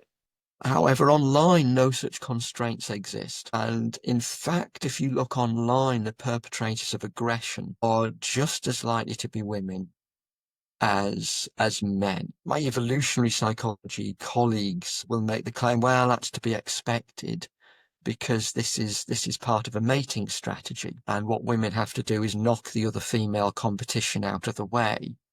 I think this is probably rubbish. I think what we're seeing is simply the removal of societal constraints. So women being the way they are human, the same as anybody else, and their aggression not being suppressed by societal constraints. It may be those societal constraints would have been better in place and put on men as well.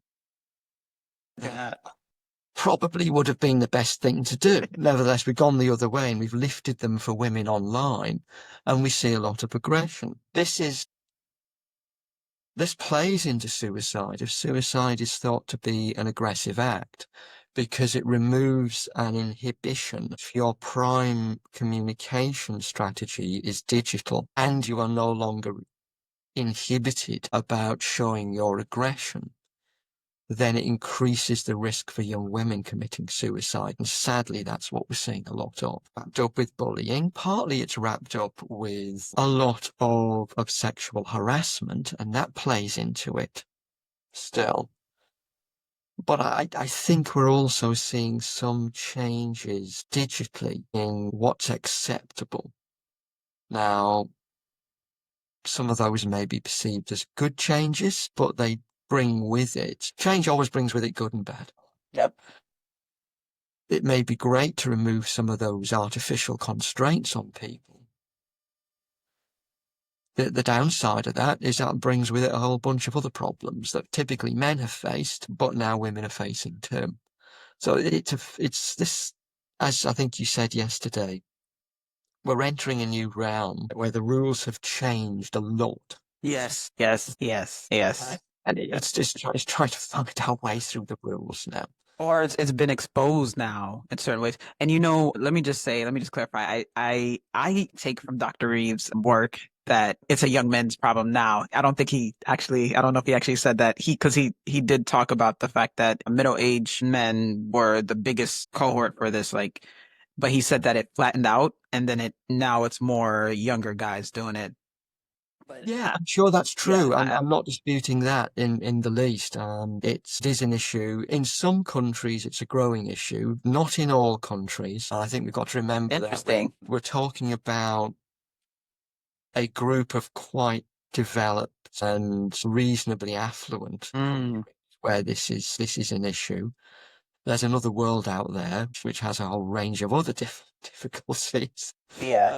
I think we need to make that clear. But within the UK, the US, it is an issue. I perfectly well accept that it is an issue for younger as well as older men, but my feeling is that it's also an issue for younger women in increasing numbers. Yeah. And we need to understand why that's the case. So there's so many things you touched on there. That's like I keep bearing up. And so I'm gonna try not to. But I do just want to say just a few things. But there has been data even before the internet that would suggest that women are aggressive, just as aggressive, and like you said, may use aggression differently historically because of restraints. And there's also obviously an evolutionary story behind all of that as well.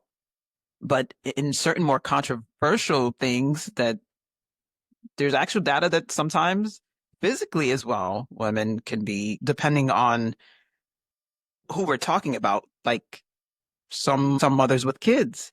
So there has been some data points with that. But outside of that, there was a researcher that I was speaking to who says that gossip is the way, on average, that women tend to use violence, is what he was saying. And older men as well. Okay.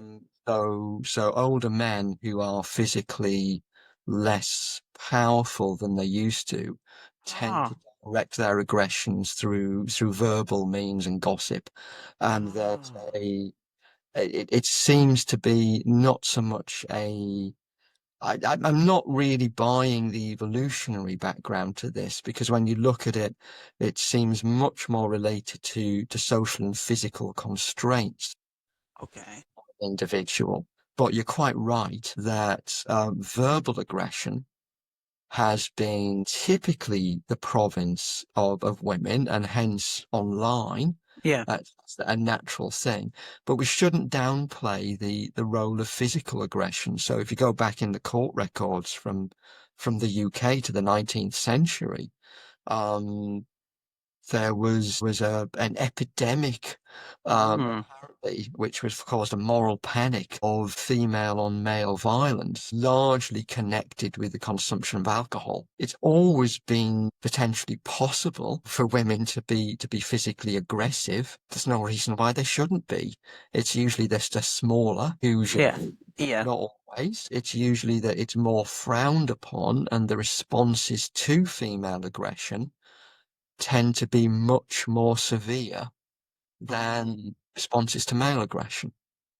Yeah, it's expected. So can we talk, and you did mention with suicide at one point, you were saying that there were certain websites that seem to be trying to, fix this, I guess, or not contribute to it. And then you said TikTok and Pinterest. Is there any other popular media platforms that you think are moving towards that direction of trying to get material to be non-suicidal, I guess, or not promote suicide? Yeah, particularly they all should. Latest survey that I know of suggested that, in fact, whether they're trying or not, and we don't know particularly, most of them are not being terribly successful at removing that content. TikTok has, just to a large extent, been reasonably successful, apparently, and Pinterest also has. The others don't seem to have made much of a dent in this. But it forms part of a broader pattern, a disturbing pattern on social media, whereby potentially damaging psychological states are not only normalized but glorified. So we started seeing this, I suppose, about 20 years ago with the pro-ana sites, which were sites which said not only is anorexia nervosa not a problem, but it's actually a good thing, would encourage people, especially young women, to engage in those behaviors, to take control of their own environments and lives. The pro-suicide sites are simply extensions of either misguided or mischievous or downright malicious. Yeah. That's all. You kind of touched on this already, but I don't know if you wanted to add to it, because I put it in self-presentation in the digital world. You write, personality theories can help explain real-world differences in self-presentation and behaviors, but they may not apply to online behaviors. And you kind of talked about that already. I don't know if you wanted to add anything else with that, or again, it's people have a digital self and a real world self, and in itself, yeah. there's nothing unusual about this. So we all adopt different selves. They're versions of our own self, of course. Different masks, different faces, in different situations. And that's entirely reasonable And healthy. thing to do. The danger on social media, the danger in digital presentation, is if that self, that digital self, becomes entirely divorced from the rest of that person's selves. Yeah. Business self, in the real world, your family self, your partner self, your friend's self, all have slightly different faces, but all share a common root. And the closer they are to the common root, the healthier you are. And that's just straightforward Jungian psychology. The closer the mask is to the person, the healthier it is. I like that. However, part of the reason why those selves can be tied together in the real world is that there's an overlap between people in these different environments who, if you start acting very, very differently, they'll start looking at you funnily. And so what are you up to? Sorry, Phil. Do you mean in person? Like if they see you? Okay. Yeah, so that's not like you. What's going on? And they kind of reel it in a bit. Online, there's less of that immediate feedback for something which is slightly getting out of orbit in terms of your presentation. So your digital self also always has the potential to kind of fly off and separate off. That's the point at which things can become weird or psychologically threatening. Because if someone have some issues and they begin to find their digital and of necessity unreal life more satisfying than their actual existence in the world, then they begin to spend more time there, become divorced from reality. Yeah. And again, rather like suicide, it's not an immense problem, but it's a serious problem when it happens. That when you get that split from reality, that's basically a definition of psychosis, that you can get that triggering extreme psychotic reaction. Thankfully, like suicide, it's rare. Right. But it's just another thing that the digital world has that is a potential problem. That's right. Okay. That is right. So you do talk about the importance of earnestly being a sense of being or lack thereof may be an important protector against the negative effects of virtual reality and the metaverse. Can you talk about that a little bit? This again goes back to the notion that it's important to have a sense of self, to have a sense of being anchored in a world, so that the interactions that you have in the digital universe, digiverse, or whatever you want to call it now, don't assume an importance, an impact that they don't really have. Because if you're anchored in the real world, if you're anchored in yourself, then the reinforcement that you get for this slightly altered version of yourself is less effective. It's being sort of true to your own values and knowing what those values are. And that's difficult. Many people never really figure that out. That is true. But it's one of the things that can help to clarify your own. If you've got a clear sense of that, then you're less needy of the types of reinforcement you can get online, and it has less power. And you can treat it for what it is, which can either be an informational exchange or a bit of fun, like anything else that we do for recreation or fun. And so long as that's how it's regarded, great. Right. When it assumes greater importance because it's providing a self and providing reinforcement for a life that may not have that much reinforcement in the real world, that's when it gets dangerous. Hence the attraction of the internet, the digital world, for people who are troubled in the real world, who are lacking something, And that may not be in themselves, it may be in their environment, or may have a hole at the center of themselves, like a narcissist. The digital world becomes very reinforcing for them. Phil, what about people who are, no, with the digital space, it's not going anywhere. And a lot of people are starting to work using it and through it. And you're finding a lot of entrepreneurs coming on the digital space. If your financial identity is in the digital space, this might be a question you really, maybe have not thought too much about. So, I have to ask you.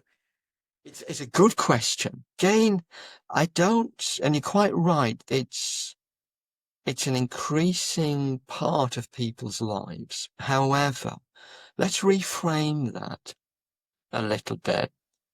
We've always had a situation where there are some people whose identity is entirely wrapped up with what they do. Well, that's true. And they will come alive at work and they will live through their work. Yeah. And I think I don't know the answer to this. I don't know if the research has been done on this or not. Whether the financial or work self online presents any different or new problems to that group of people who defined themselves exclusively through the making of money or work or both in the real world previously, I don't know. Some enterprising person should do the study, I suppose. Yeah. I suspect we're looking at the same problems, but amplified, which is usually what we see in the digital world. These are not necessarily new problems, but they're amplified old problems. You're quite, this is not going to go away. It is an increasing part of people's lives. It is a marketplace and a very effective marketplace. Very effective. And that's fine. There is nothing wrong with that, so long as people understand what they're dealing with. How could I give an example? Nuclear power. Working in a nuclear power plant can be a very effective and lucrative role, but there are dangers inherent choosing to work in such an environment. Those have been well considered, and health and safety regulations are being put in place for people who choose to make their living in that way. Maybe we just haven't quite caught up with appropriate health and safety for people who choose to make their living through the digital. Yeah. Don't know. That needs to be investigated. As with everything digital, most researchers and clinicians are playing catch up in an ever faster moving world. You figure you've just got a handle on it and it changes on you. It's too fast. It's too fast. So, Phil, I do just have two more questions for you. I know you have to go. So there's been a few themes that I've been playing with since I spoke to you. It was immediate. The minute I got a break, I was walking in nature and I started thinking of certain stuff from some of the stuff you were talking about. But one is the fact that, right now in America, I'm not sure about the UK, but there's a massive distrust in institutions right now. And some of that is collective narcissism. I was just speaking to a researcher about this.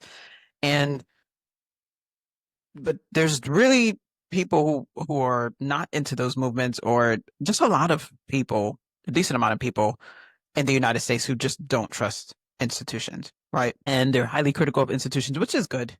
It's always very good to have criticism where it's warranted and to have discussions about stuff. But there's this mentality about basically almost burning it down, burning these institutions down and starting it back up, doing it the proper way, because they're rotting from the foundation. A lot of these people don't think that there's some superficial problems wrong with it, or it needs to be cleaned up. No. It's rotting. So there's a lot of people who want to change these institutions, and a lot of people are obviously seeing the problems with these physical institutions and the structures of them. But when it comes to, the answer, which the answer is rebuild it for a lot of people. And for some people, the answer is on the internet. And a lot of people are not really paying attention to the structure of the internet. How it's the way that the internet is built to optimize stuff is way different than a lot of these institutions. I wanted your thought. I think you kind of highlighted the key problem here, that it's simply not possible to move institutions that we've had in the real world to the internet and assume that they're going to be the same type but faster and better and more effective. I love that. The structure is very, very different. The the internet is an owned device, and your interactions on the internet are made in an environment which somebody else, a corporation, has structured for you to optimize their gain, not Right. yours, their gain. If you're trying to, and we do have this debate right across the Western world, I think, and all countries who have been previously thought of as affluent and developed are facing these same issues. The internet is simply not a solution because it's not set up to do that. It's not set up to deliver healthcare. It's not set up to deliver services in the way that people really want them. We have to look elsewhere for that. To understand what happens on the internet, you're quite right. You have to understand the structure of the internet. It's like going back to understanding human nature. You have to understand our biological architecture. Right. You have to understand what that allows us to do as organisms, because there are some constraints around what we can do. And we all know that, and we can't fly. There's thousands of things we can't do. We accept it. I don't think people who are, maybe quite rightly, very unhappy with our institutions. They don't work for everybody. They're working for increasingly fewer people. Yeah. As structural issues, long-term funding issues really bite in those institutions. And we're seeing certainly that in the UK with free public health. Right. With the NHS. And Dr. Phil, I do just want to, I mean, sorry, not Dr. Yeah. It's Dr. I just want to, So no, let's say not Dr. But I do just want to add to also just distrust as well, like incompetence, but also there's a lot of belief in the US that institutions, which there's definitely truth to it. Certain institutions have been captured by a certain minority audience, etc. And because of that, have not spoken honestly about science, true things, et cetera, et cetera, et cetera. They've become too politically involved and in a way where they've been politically captured type of thing. So you have different layers of it. You have what you're saying, just incompetence, just not working. Then you have psychologically thought capture and people not trusting in institutions to be honest. I don't think 20, maybe 30 years ago, they ever thought that. They just didn't agree with them. They're just like, well, I just don't agree with you. But there was never this thought of like, you're literally just being dishonest. I'm a big believer in the role of incompetence. I have to say that. I think that most of our problems are basic human incompetence. And that sounds harsh. It's not meant to, because we're human. We don't get it right all the time. And frankly, incompetence can be your friend. Incompetence is the one thing that will stand between us and a totalitarian regime most of the time, because they're just not competent to do it. So this is a good thing. Embrace the failure. That's fantastic. It's frustrating when you're on the end of it. However, I think there's increasing, as we were talking right at the start, increasing talk about the politicization of institutions. I'm not entirely convinced whether that's just not from people who don't feel they're empowered and would like. That could be. So you're generating dissension there. What people have to ask themselves, why would you assume the internet's going to be any better? That's already owned by people who have a clear agenda. There are very few spaces on the internet which are not owned, are not controlled. So why would you assume that's any better? Yes, of course, we've got long-term structural resourcing, competence, and to some extent politicization. That's always been true. Yeah. These are issues which are bedeviling us and are getting worse, there's no doubt about it. I don't see the internet, given all the things we've discussed about it, and given it has its own structure, its own goals, I don't see that as providing a great solution to these. Or it's a tool that can help. And if we go back to what it was set up for, talking cross-Atlantic very, very quickly is a perfect example of what it's good to do that we couldn't do so easily before. This was Star Trek in the 60s, people talking to each other and seeing each other while they're doing it was science fiction 60 years ago. That's now a reality for most of us, not all of us, because some people can't afford it. Right. And that's something that needs to be thought about. But beyond that, it's not going to fix all of those issues that are human issues. Competence is a human issue. Corruption is a human issue. Fighting for resources is a human issue. That's right. That's going to be equally true on the internet. So I don't see it as a solution. A lot of politicians, and I've blogged a little bit about this, have thought that the digital world will save the healthcare system. Movements we have in the UK to shore up our NHS is, can we make it more interact? Can we make it easier to reach people? Can we use digital means to do these jobs?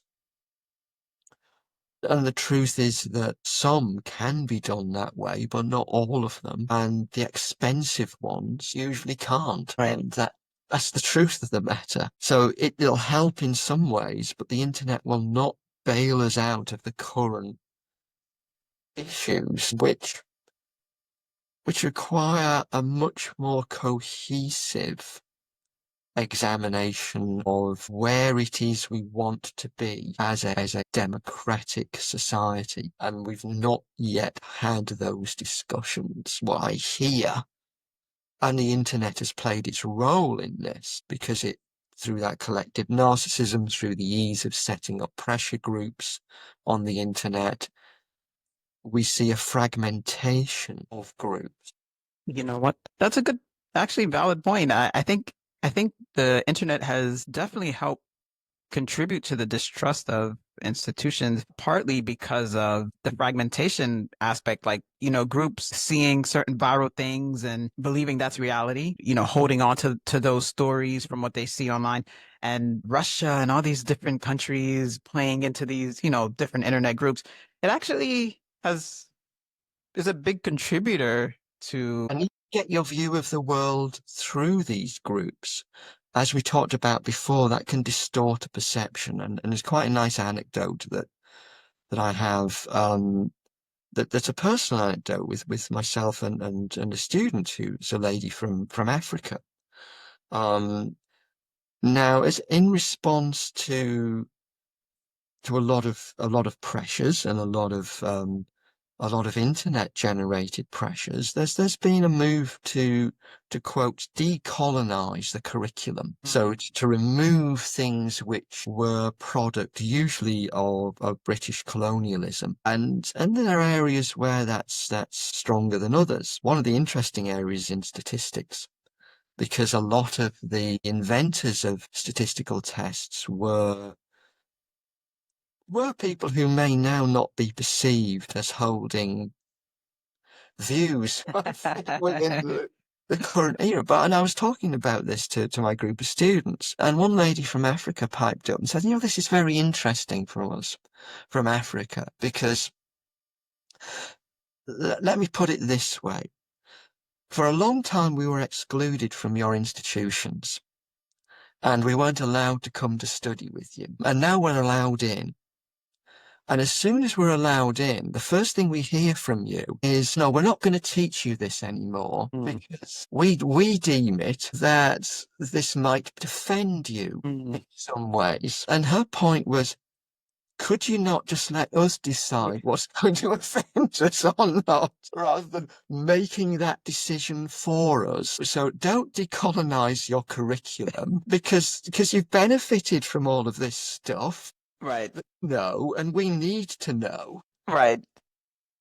Let us hear it and make our own decisions. Thank you very much. And I think if you don't talk to somebody face to face and all you'd hear is the pressure groups on the internet, it can lead you to make some very bad decisions about what you do.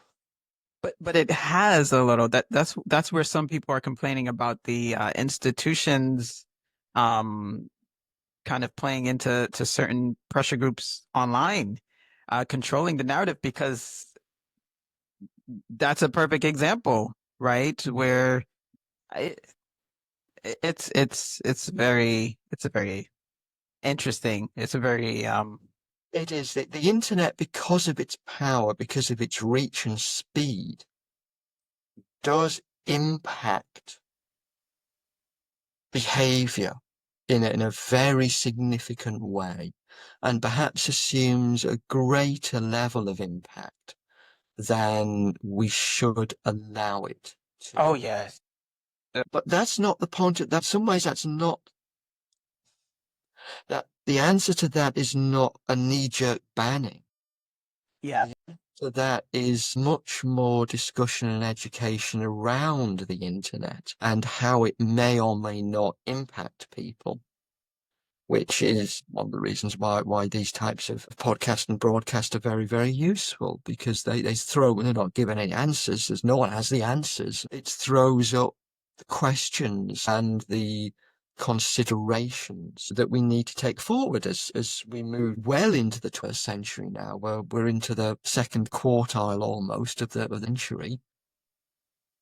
These are probably going to dominate thinking for the next 7,500 years. Right. It's been around for about 40 years. We still haven't figured it out.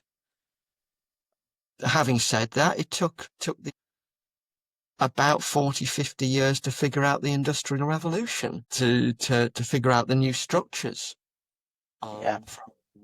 From around the 1770s, 1780s to 1820, with an enormous restructuring of political and societal functioning, which was a direct product of the last major social upheaval.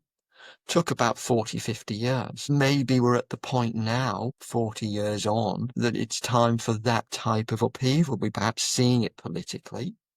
The dissatisfaction with existing structures, which existed in the early 19th century in the UK. The same dissatisfactions that led to your own revolution in the US in the late 18th century. A great dissatisfaction with the societal structures which had been imposed on America as colonists, reared it in the UK itself, and were settled not by revolution, as you usually the way in the UK, but by a sort of an evolution into a new structure.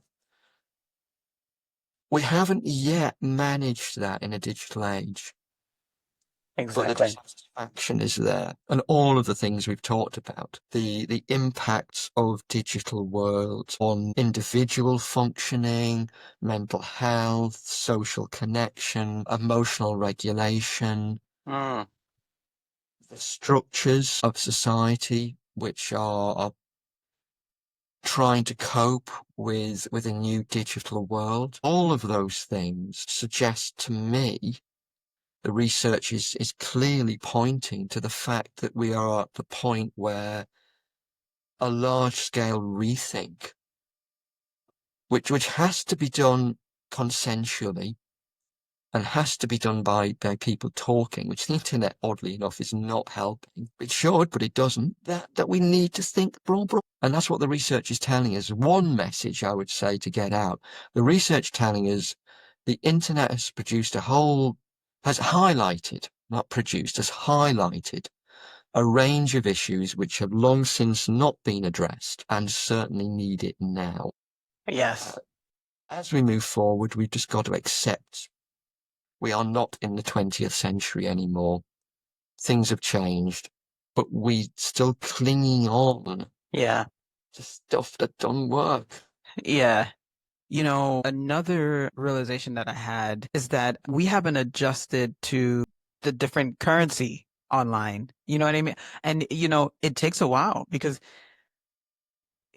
I was reading a book called 4,000 Weeks by Oliver. I think his last name is Berkman. And this was a couple years ago. And he was, you know, talking about how time used to not be a big deal. Our ancestors didn't know what time it was until time got monetized, essentially, because we made our money around time. And we, you know, we developed a very strong intuitive system, intuition around money. Money is important to most of us. Everyone would say it is. But I don't think we value attention, which I think there's a great meditator. His name is Sam Harris. He talks about attention, and he says that we don't really safeguard attention, which is more important than money, and it's more important than time. And I'm just gonna mess up the quote that he says, but he says like you can protect your time and safeguard your time, but you could squander your attention when you do protect that time anyway. You can just like waste all of your attention on being on social media, scrolling, all of these different things, even if you safeguard your time, even if so, you know, he really gets at the fact that attention is so important. And I don't think that people recognize that. And so, you know, we think of money like when we're buying a product, we're very, I don't know if the word is skeptical, but we put more time and attention into trying to evaluate if a product is good. Is it useful? How is it going to benefit me? We think more critically about it. I'm not saying we don't spend money horribly, whatever, but at least we're a little more critical in analyzing how we spend our money, who's trying to sell us this product, etc. I don't know if it's attention just hasn't gotten that same, it doesn't have that same feel of importance to it, but that's the currency online. And maybe that's where it feels like why it feels, I don't know if it, maybe it's a mixture. They've mastered so well capturing our attention, but also I think people don't really value attention the way they think they do. And so this lack of, I won't say discipline, but there's not this skepticism, at least, because we can all be better with discipline, but there's not this skepticism when it comes to who we're giving our attention. How does it feel after this attention is gone and given? It's very interesting in that I think a number of things you said there are really important. The monetization of things is the way in which the cost of what we're doing becomes tangible to us. There are costs to everything we do. They're not all financial. There's a cost in other resources to everything we do. And as humans, because a lot of our understanding of the term cost is now financial, those types of situation are the ones where people will weigh things up. If you can broaden your understanding of what a cost might be, and some of the things around attention and time are very interesting. I'd need to think a little bit more about those.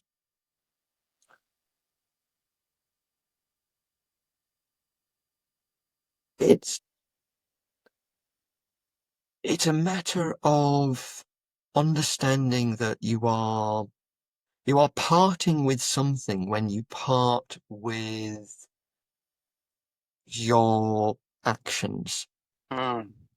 When you invest, and if you want to say attention or time or behavior in something, You are parting with something, even if it's a calorie. If I were a rat, then I would be saying, well, how many calories is it going to cost me to press that lever? Yeah. And how many will I get for it? And I'd be very much more mindful of my current situation. Now, when we ask about cost, it was how many dollars or pounds is this going to set me back? Right. We don't tend to think of, well, how much energy is this going to set me back? And interestingly, if you go back to early Greek work, Heraclitus, around the same time as Buddha, developed the notion that the fundamental thing in the universe is energy, remarkably prescient given modern physics. So it's not atoms and the space between them, it's energy and how that energy transforms. Right. Whenever we part with energy, it's a cost. It's a cost. Many religious teachings from Hinduism, Buddhism, early Christian teaching do have a very strong role for meditation, which is about being mindful of what you are doing in the present. What we know about the internet is, because of the way it's structured, because of the way in which we are fed likes, our dopamine systems are constantly stimulated. We think of dopamine as a motivational signal, sometimes wrongly thought of as a happiness. It is not. It's about motivation and attention to things that are good. But dopamine also has other functions, and one of the functions that dopamine serves, certainly in the basal ganglia of the limbic system and the striatal system, is it's involved in our understanding of the passage of time. And time speeds up on the internet. Vast amounts of physical time pass and we don't feel. And it's because of the way it's structured. And once that happens, lots of dopamine firing off in there, we think we spent less time than we have. That's counteracting mindfulness. And that's counteracting our ability to count the cost, as you so eloquently put it, not in financial terms, but in terms of our own behavior, our own attention, energy. And going back to one of the initial definitions of internet addiction, which Jung came up with in the late 90s, was that it's a problem when it stops you doing other things in your life. And it's set up to make you not mindful of the energy you're putting into it. And because time or attention passes when you're doing it, you're not devoting that energy to other things which are equally important in your life, and that's a problem.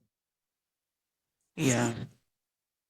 It also, one thing that probably we don't want to get into, but I'll mention quickly, is we've talked a lot about psychological and social issues from internet addiction. There are physical health implications of spending too much time online. We know there are all sorts of physical issues like repetitive strain.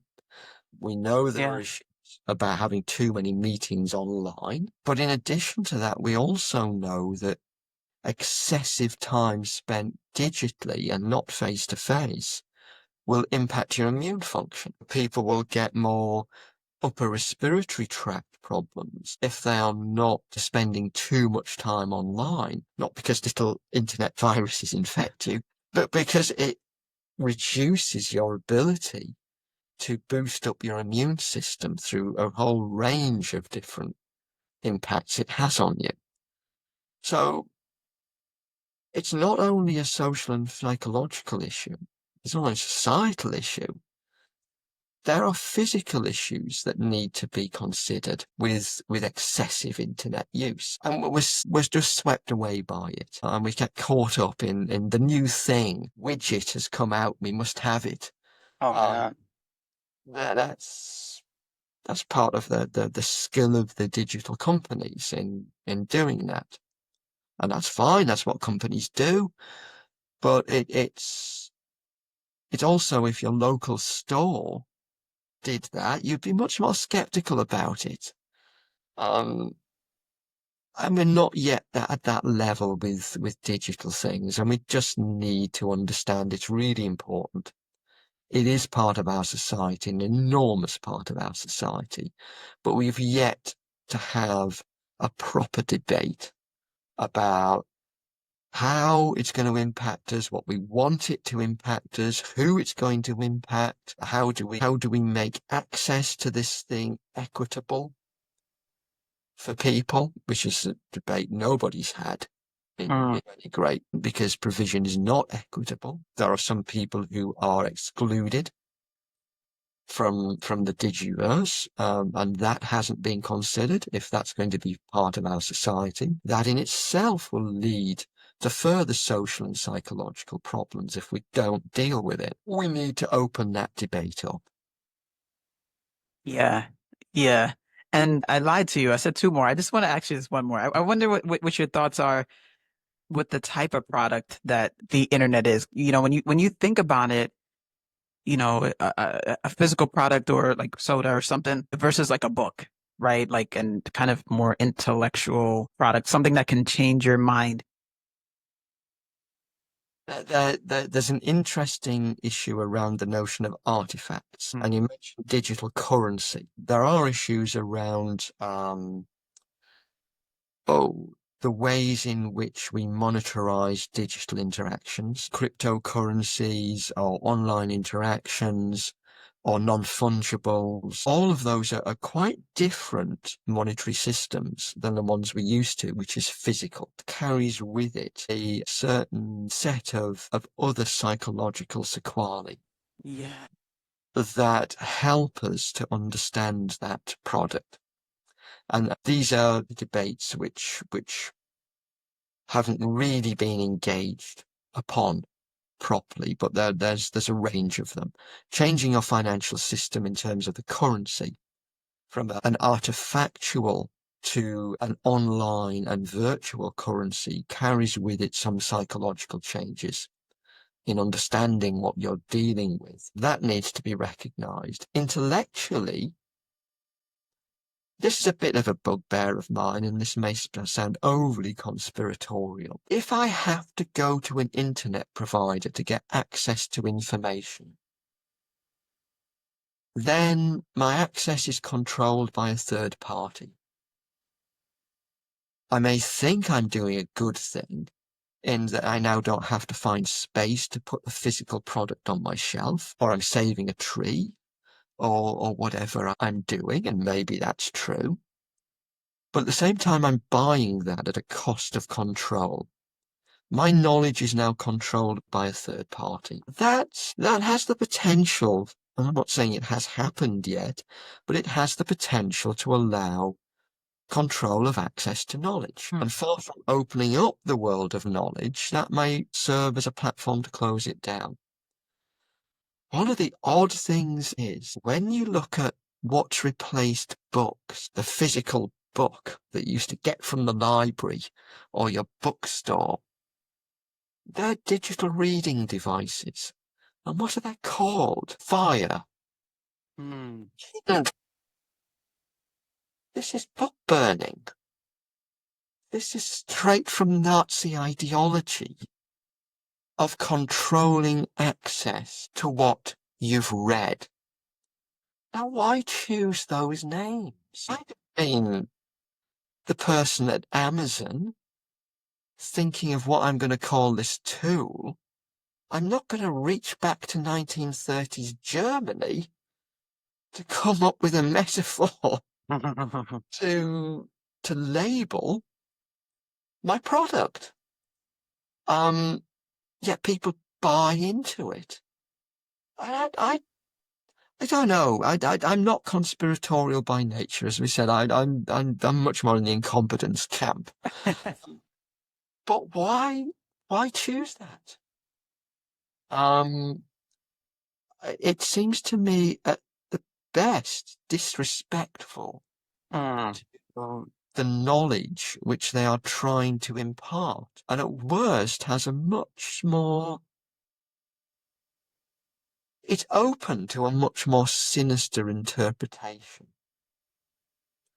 And the virtualization of money and knowledge, again, carries with it change that we have to address. I'm not saying we shouldn't do it, but it will require us to have a different orientation to this, and will require us to make sure that we are protected. Currency should not be in the hands of a corporate provider. Knowledge should not be in the hands of a corporate provider. Just like our natural resources, water, should not be in the hands of a corporate provider. Yet we haven't, while we have had that discussion over some natural resources. Water is a classic example in Central America, where companies bought the water rights and then wanted to privatize all water, including rain, to make it illegal to collect rainwater because it's theirs. That's wild. Clearly, that was wrong. Why are we so accepting that knowledge and currency, which is a country, it's the dollar, is owned by all of you? This is not owned by a part of you. So the pound the pound in itself is owned by the crown. It is the countries, because the crown and the country are one and the same thing. It is not owned by a digital company who wants to create its own currency. That's a radical change, and one that certainly needs a lot more thought. Well, let's end this on a positive note, that we're able to have this conversation today.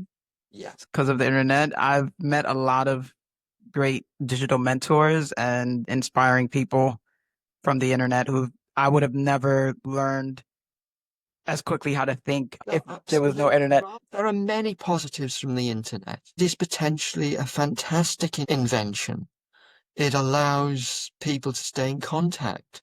It allows new contacts to be made.